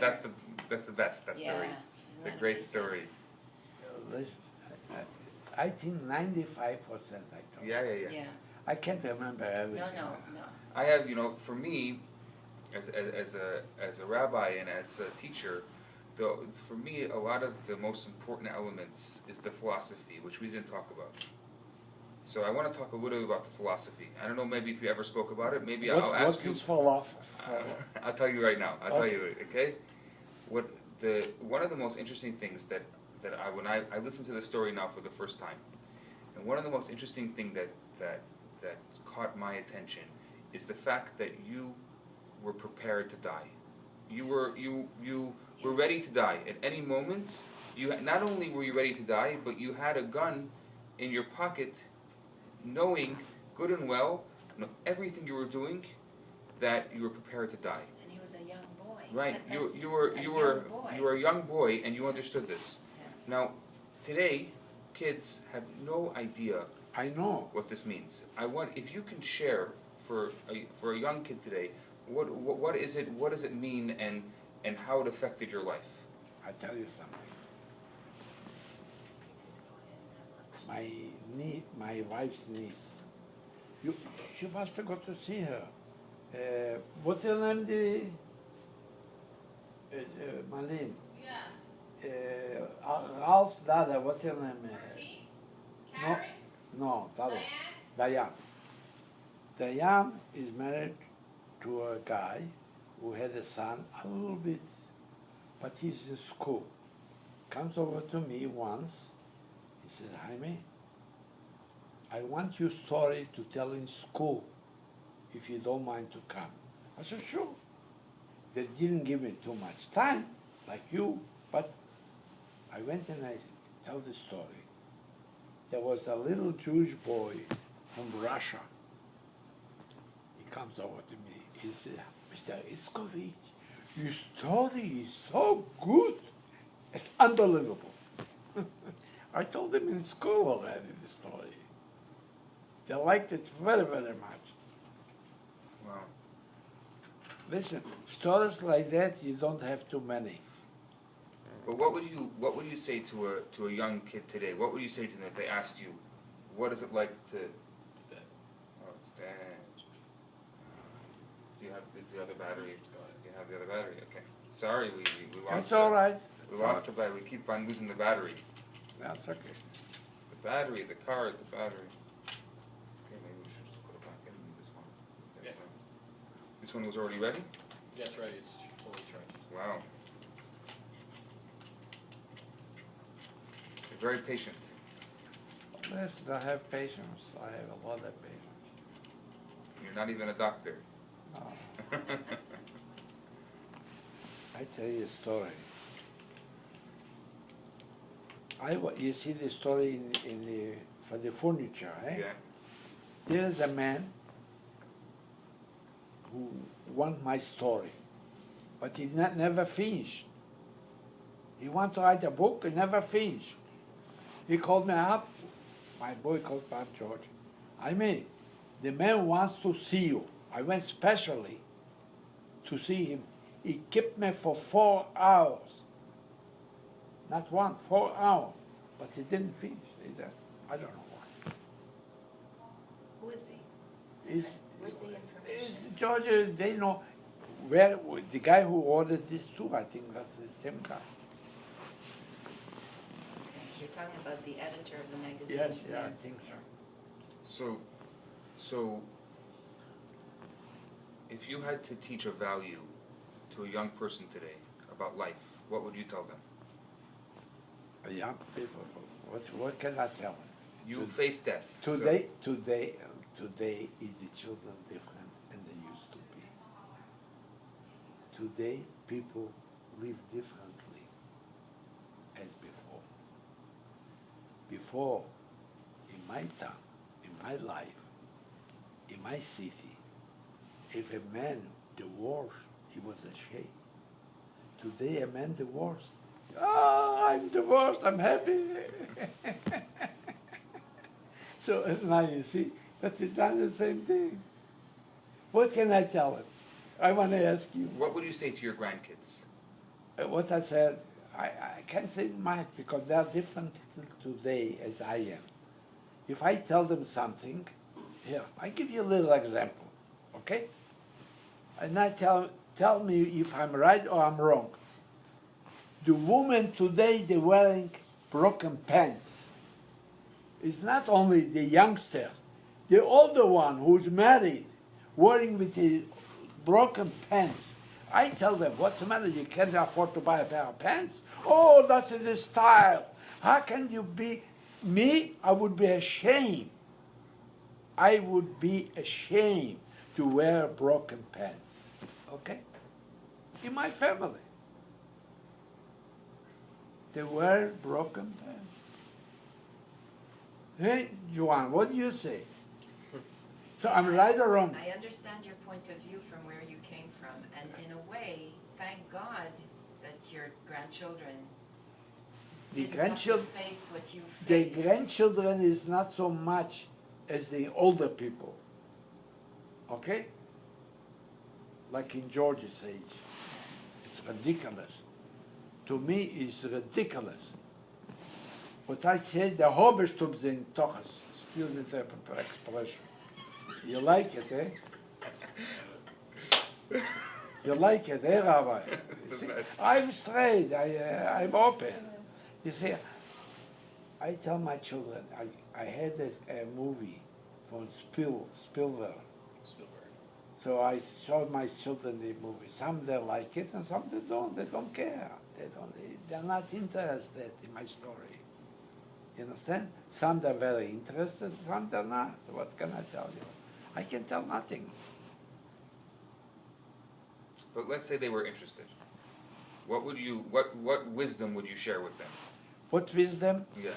In my place, in my grandchildren, thank God I have good grandchildren. Thank God. But in my way, when you grow up, first of all, you have to be honest. Second of all, you have to see that the world not to be upside down. Because he has friends. You know, if the friend is a bum, you're going to be a bum. They say which friend you are with. If you're good friends, you'll be a good boy. If you're best friends, you'll be a best boy. I say all the time, depends with who you are. I'm right or wrong? Absolutely. I thought I'm wrong. No. You understand? My grandchildren, my children are in a very excellent place. But there's some little things what I don't like it. And if you tell them, they don't listen anyway. So I don't tell them. What does honesty mean? I think a lot of Honesty, it means to me like that. Here's a young boy. He finished college. Listen, I have her daughter, okay? I'm very, very happy for her. Her daughter, okay? She had a job as an accountant. From the accountant, she says she wants to go to the States to be an accountant. To the same company. She went there. She changed her job. Okay, she changed her job. For who she changed the job? The same company is an accounting company. They're buying homes, buildings, big ones, millions of dollars. What they do with her, they send her to check if the books is okay. You know what I mean, okay? No bullshit in the books. And she got good office and some money for her good work. This, I'm happy. That's the way, if my grandchildren could be like that, I will be very, very happy. And my children, so far, they're excellent. You understand? If the fathers will be okay, my son, I have with one son, I have a little bit of, but beside that, everything is AA1. I'm very happy. I built for them a business. They could make a nice living if they stick together. And I tell you something. I built a business. He's working here today. Tomorrow he doesn't want to work here. The door is open. Go work where you want. Tomorrow he works there, he doesn't like there. Where are you going to go to a job? He has no job. There's no jobs. Here's the job. That's the way I figure in my dictionary. I build a business not for my children. I build a business for the grandchildren, like from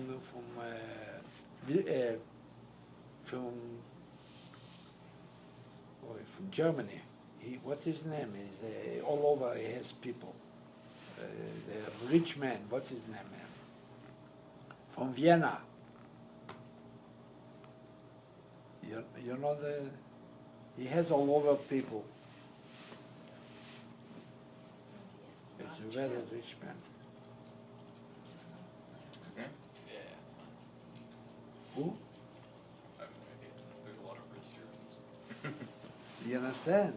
That's what I want with my children. Not only for the children and grandchildren. I told my dad, they're getting married, they have to have money. But the parents spending the money, there's nothing left when they're getting married. Me, I always, when I made $1, 90 cents was in the bank, 10 cents I spent. They make $1, they spend $1.10. Nothing left. Nothing. I built a business, they could live nicely. You don't have to live like millionaires. Make a nice living, you could go for vacation, you could this, but not to throw the money, it's like water. That's the way it's my way of doing. If you think it's so easy when I went into business, when I went into business, okay, I went in manufacturing. I had a fight with my brother, Sydney. I had a fight, so I went in manufacturing. I didn't know nothing about mattresses, nothing. Nothing about manufacturing.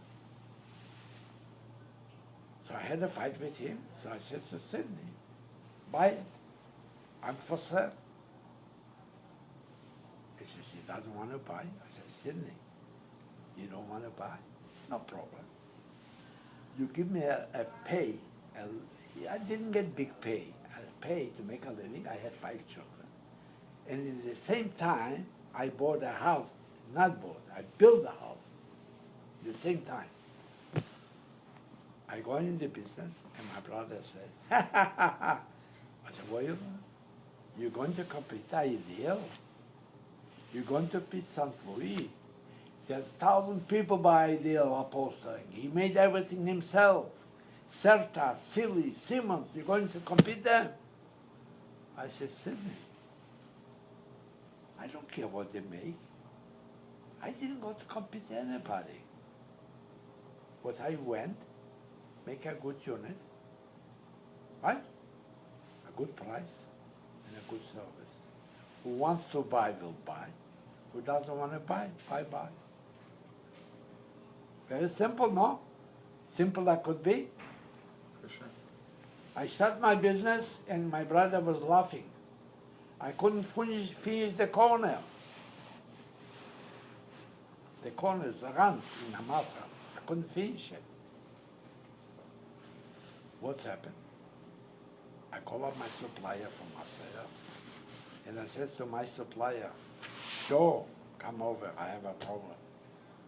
He comes over, what's your problem? I can't finish the corner. Can you give me a man who knows mattresses? I never saw a mattress that's made. So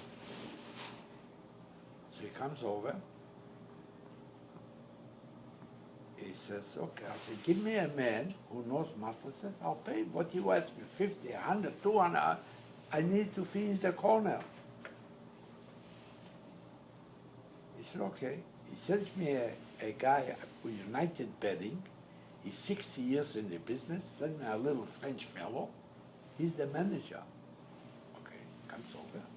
Show me your machine. Show me your machine. It's not for laugh. I said, why are you laughing?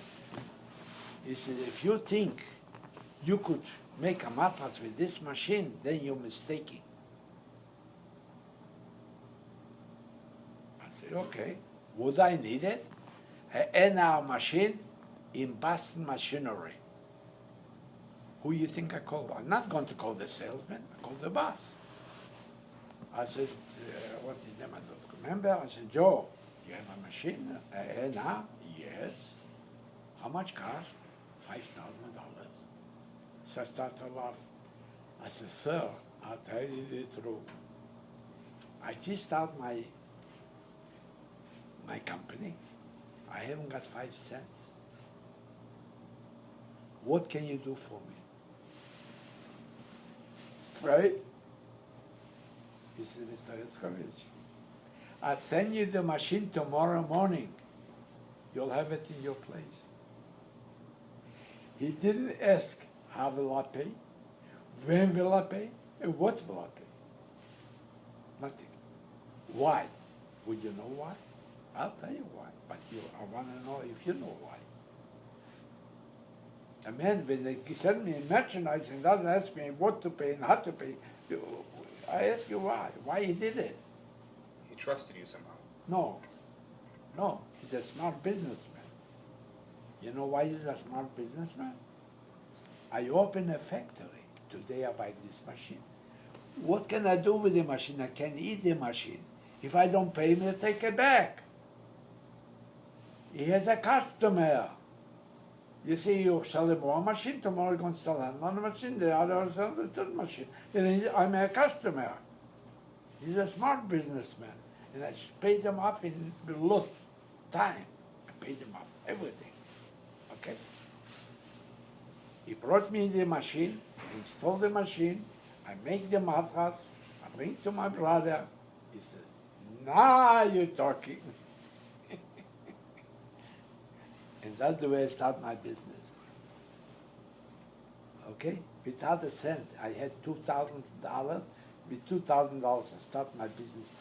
I had a woman here, Madame Ray. She was my boss. I made her the boss. She knew every customer, who to give credit, who not to give credit. I never had insurance, I never had a loss. All I had with 2 Jewish guys, 2 losses. Oh, you're my friend. I didn't want to give him credit. He said, you're my friend. Well, you don't trust me. You understand me or not? So after all these years, what would you say is the most important thing? No, I'll tell you. I have to tell you another story. It's very important. I had a customer used to sell to the welfare. You know what's the welfare? For the government. With the government like that, you have to give service. Otherwise, you can. Because if the guy comes for a mattress today, tomorrow you have to deliver it because he hasn't got where to sleep. Okay? I had a customer, excellent customer, Mr. Leblanc, a French fellow. He didn't like me as a customer, he liked me as a friend. That's the way I dealt with him for 3-4 years. He used to come at 4 o'clock. Everybody goes home 4 o'clock. Okay. 4 o'clock. He said, Itzkovitz, yeah. שפזרה קץ סמך סופו דמי מטה הסתה. I need it for tomorrow morning, 7 o'clock, 100 pieces. I didn't have one. What did I do? I had it, I still have it. It's 50 years before the age. Petro. I said, Petro, when o'clock? Stop everything. I need for Mr. LeBlanc 100 pieces for tomorrow morning, 7 o'clock. He called up Ideal Upholstering, United Bedding, San Luis Bedding. He got 5-6 people. I know exactly what they want to eat. It was on the table. 4 o'clock, 4:30 they came here. They eat till 5, till 10 o'clock. I had 100 pieces for tomorrow morning. For 3-4 years he buys for me. Okay. After 3-4 years he comes to me, Mr. Hymie, do you know I would charge more $3 plus a unit? I charge him $3 more a unit. What tell him? A customer, and not only that, he gives the check before he takes out the goods. You haven't got customers like that. What do you do? When he tells you, you charge him $3 more. What will you tell him? You're the boss. You tell him. What do you tell him? I give you half $3. No. I didn't make $3. I told him a very simple thing. Very simple. Mr. Leblanc, car. Un matelas, je n'ai 12 livres felt. Moi aussi 3 livres. Et vous pas ouvrir le matelas, non? Un matelas, je n'ai un pouce franc. Moi aussi un quart franc. Ici, tu laisses pas de là. Moi, je n'ai pas fait comme mon compétiteur. J'ai dit pourquoi. Mon compétiteur aussi les 3 livres felt, un quart pouce franc. J'ai donné $3 même marché.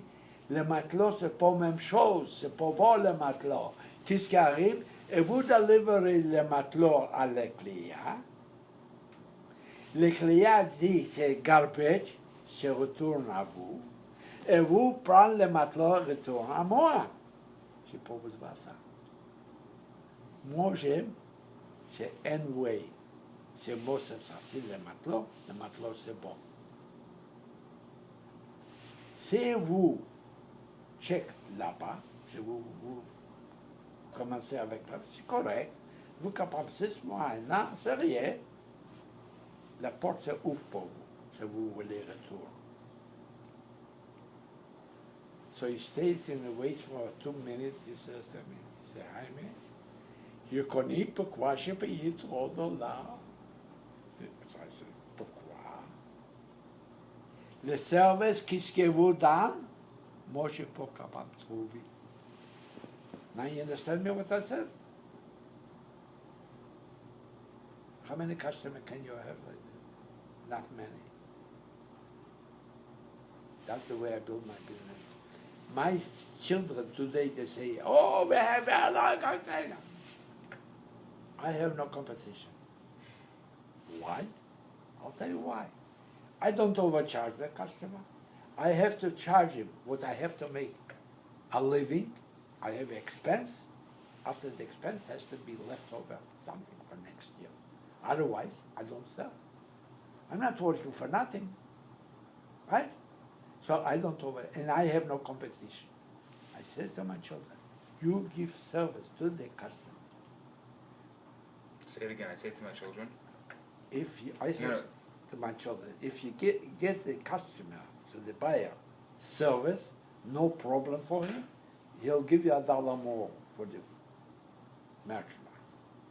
You don't overcharge him. You charge for your better merchandise. And I said to my children, don't choke a manufacturer for their thing. Because you choke them, you'll take them out of business. And if you take them out of business, you have nothing to sell. That's the way I used to do. I remember one thing, my brother came into me once, said, Hymie, the Dominion phone charge you more a cent a foot for the phone.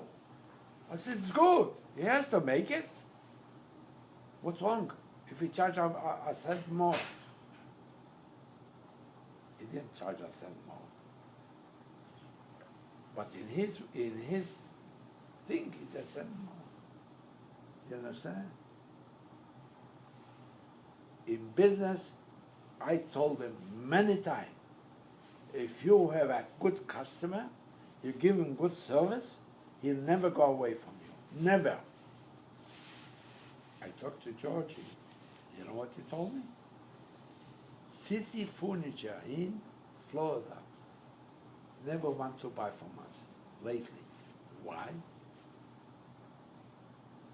Many years ago, he was not so, the insurance didn't want to accept him or something. Anyway, he didn't want to buy, period. He says he was in the showroom. Why do you think he went to the showroom? People talk. Oh, payment's good, payment's good, payment's good. Price is good, this is good, this is good. People talk. And if you want to do a good business, a straight business, give the customer service 110%. You will have a customer and he'll charge him $1 more. He wouldn't say, if you charge him $10 more, sure. But you charge him $1 more for your service? Never. The same thing with my boy David. Eh? He always says, well, what customers? Now, 3%, 5%. Strachuk came in, the boss himself. I asked him a question. He has now 50 stores. I said, tell me, how much cash is your warehouse? He says 10%. I bet him that's costing more than 10%, but 10% for sure. You can't. He said, they work on 5% or 10%. It's impossible. You see the problem here now with what we call the problem we was going through. And the money would cost them to fix the problem.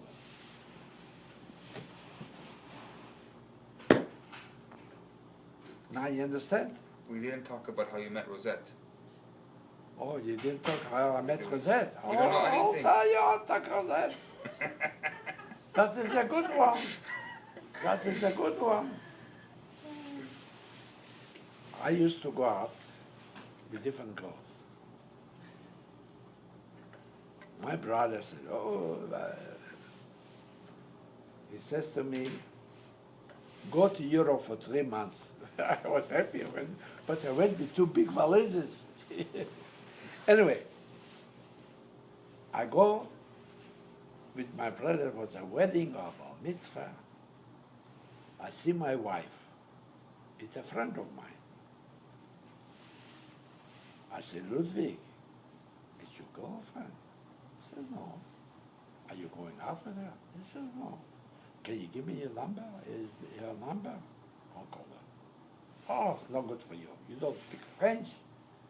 And she speaks French. I said, Ludwig, what I don't speak French is not this. You give me the number. He didn't want to give me the number. So you can't force him, no? I went to Israel for 3 months. I come from Israel with Ben Gurion. You know Ben Gurion? On the boat. And there was music. And I see a nice little lady with a nice girl. So I took her for a dance.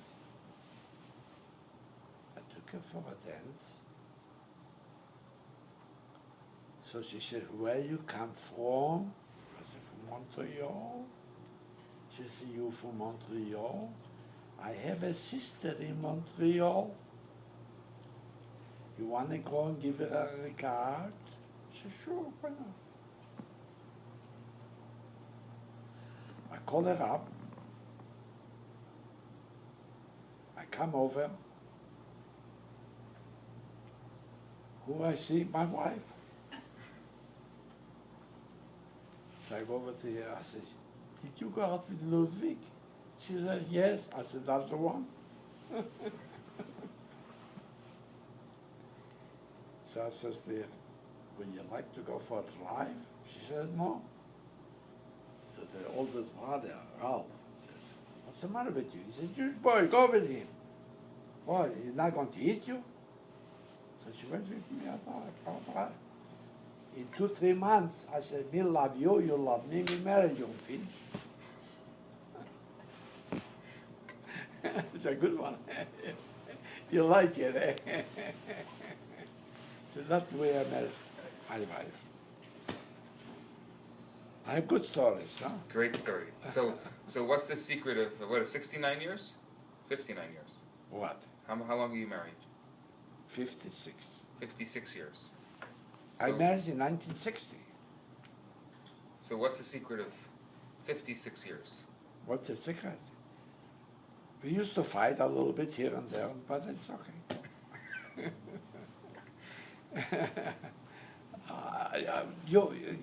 How long are you married? 11 years. Oh, 11 years. You're not so old. The baby. 50, Me, no. 49. I'm old enough to be your grandchild. Huh? I'm old enough to be. I'm old enough to be your grandchild. Yeah. Sure. You married young? Yeah. Oh, I see. Because you have a bird. You have 3 children, so I figure 3 children. But you married me. The religious married early. Yeah. There isn't. It's okay. Maybe it's better. Maybe it's worse. Why? You're worse? No. No. I'm good, eh?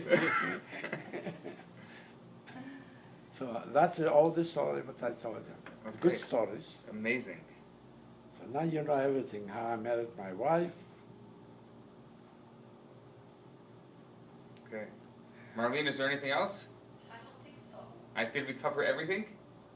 Listen, main things you covered. It's amazing. You see, we sell to Israel. You see this?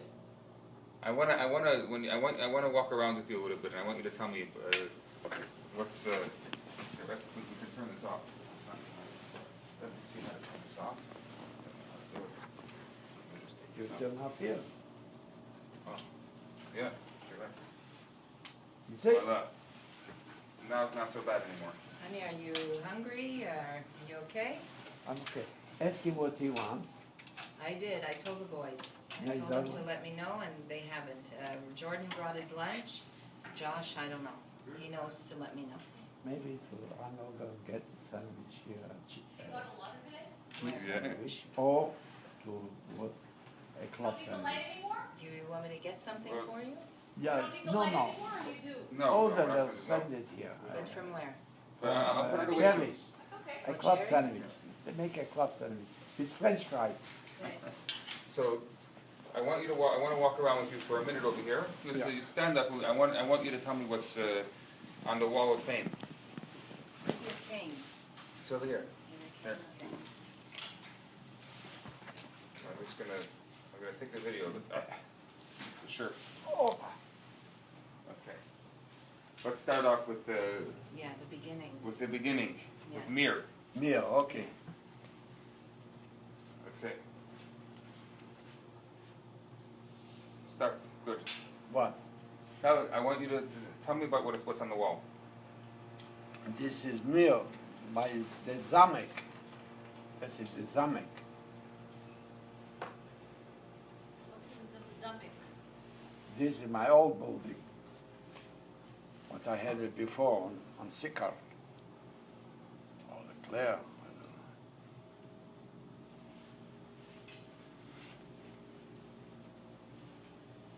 This is my priest.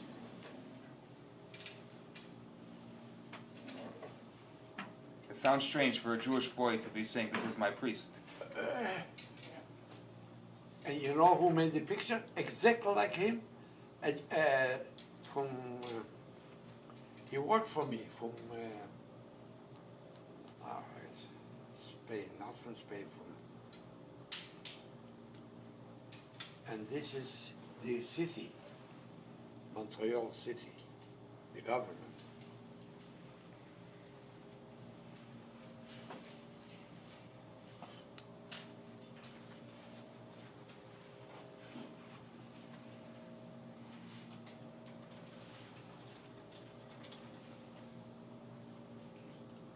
It was a good 2.5 hours. It's good enough for you? Yeah, go. It's okay. This is the priest who they wrote from Boston, a lady wrote him.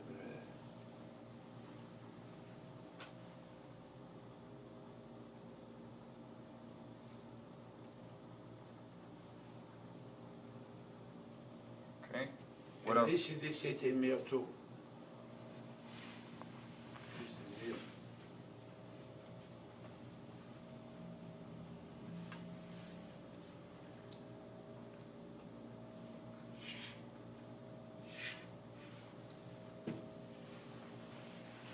Was noch? Come here.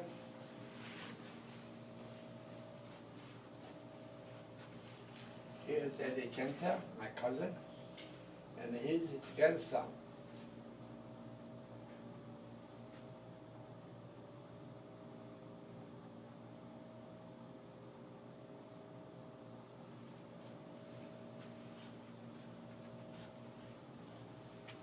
Here's the manager. I didn't tell him nothing about him. Sure. Sure. If you want it, I can still tell. You tell now. Huh? 2 minutes now you can tell about it. No, I have to go now to the bathroom. Oh, okay. Okay? Then I'll tell you. Okay. Sure. Yeah. Do we have to tell about the manager?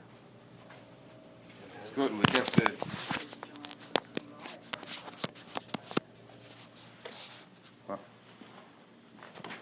How'd it go?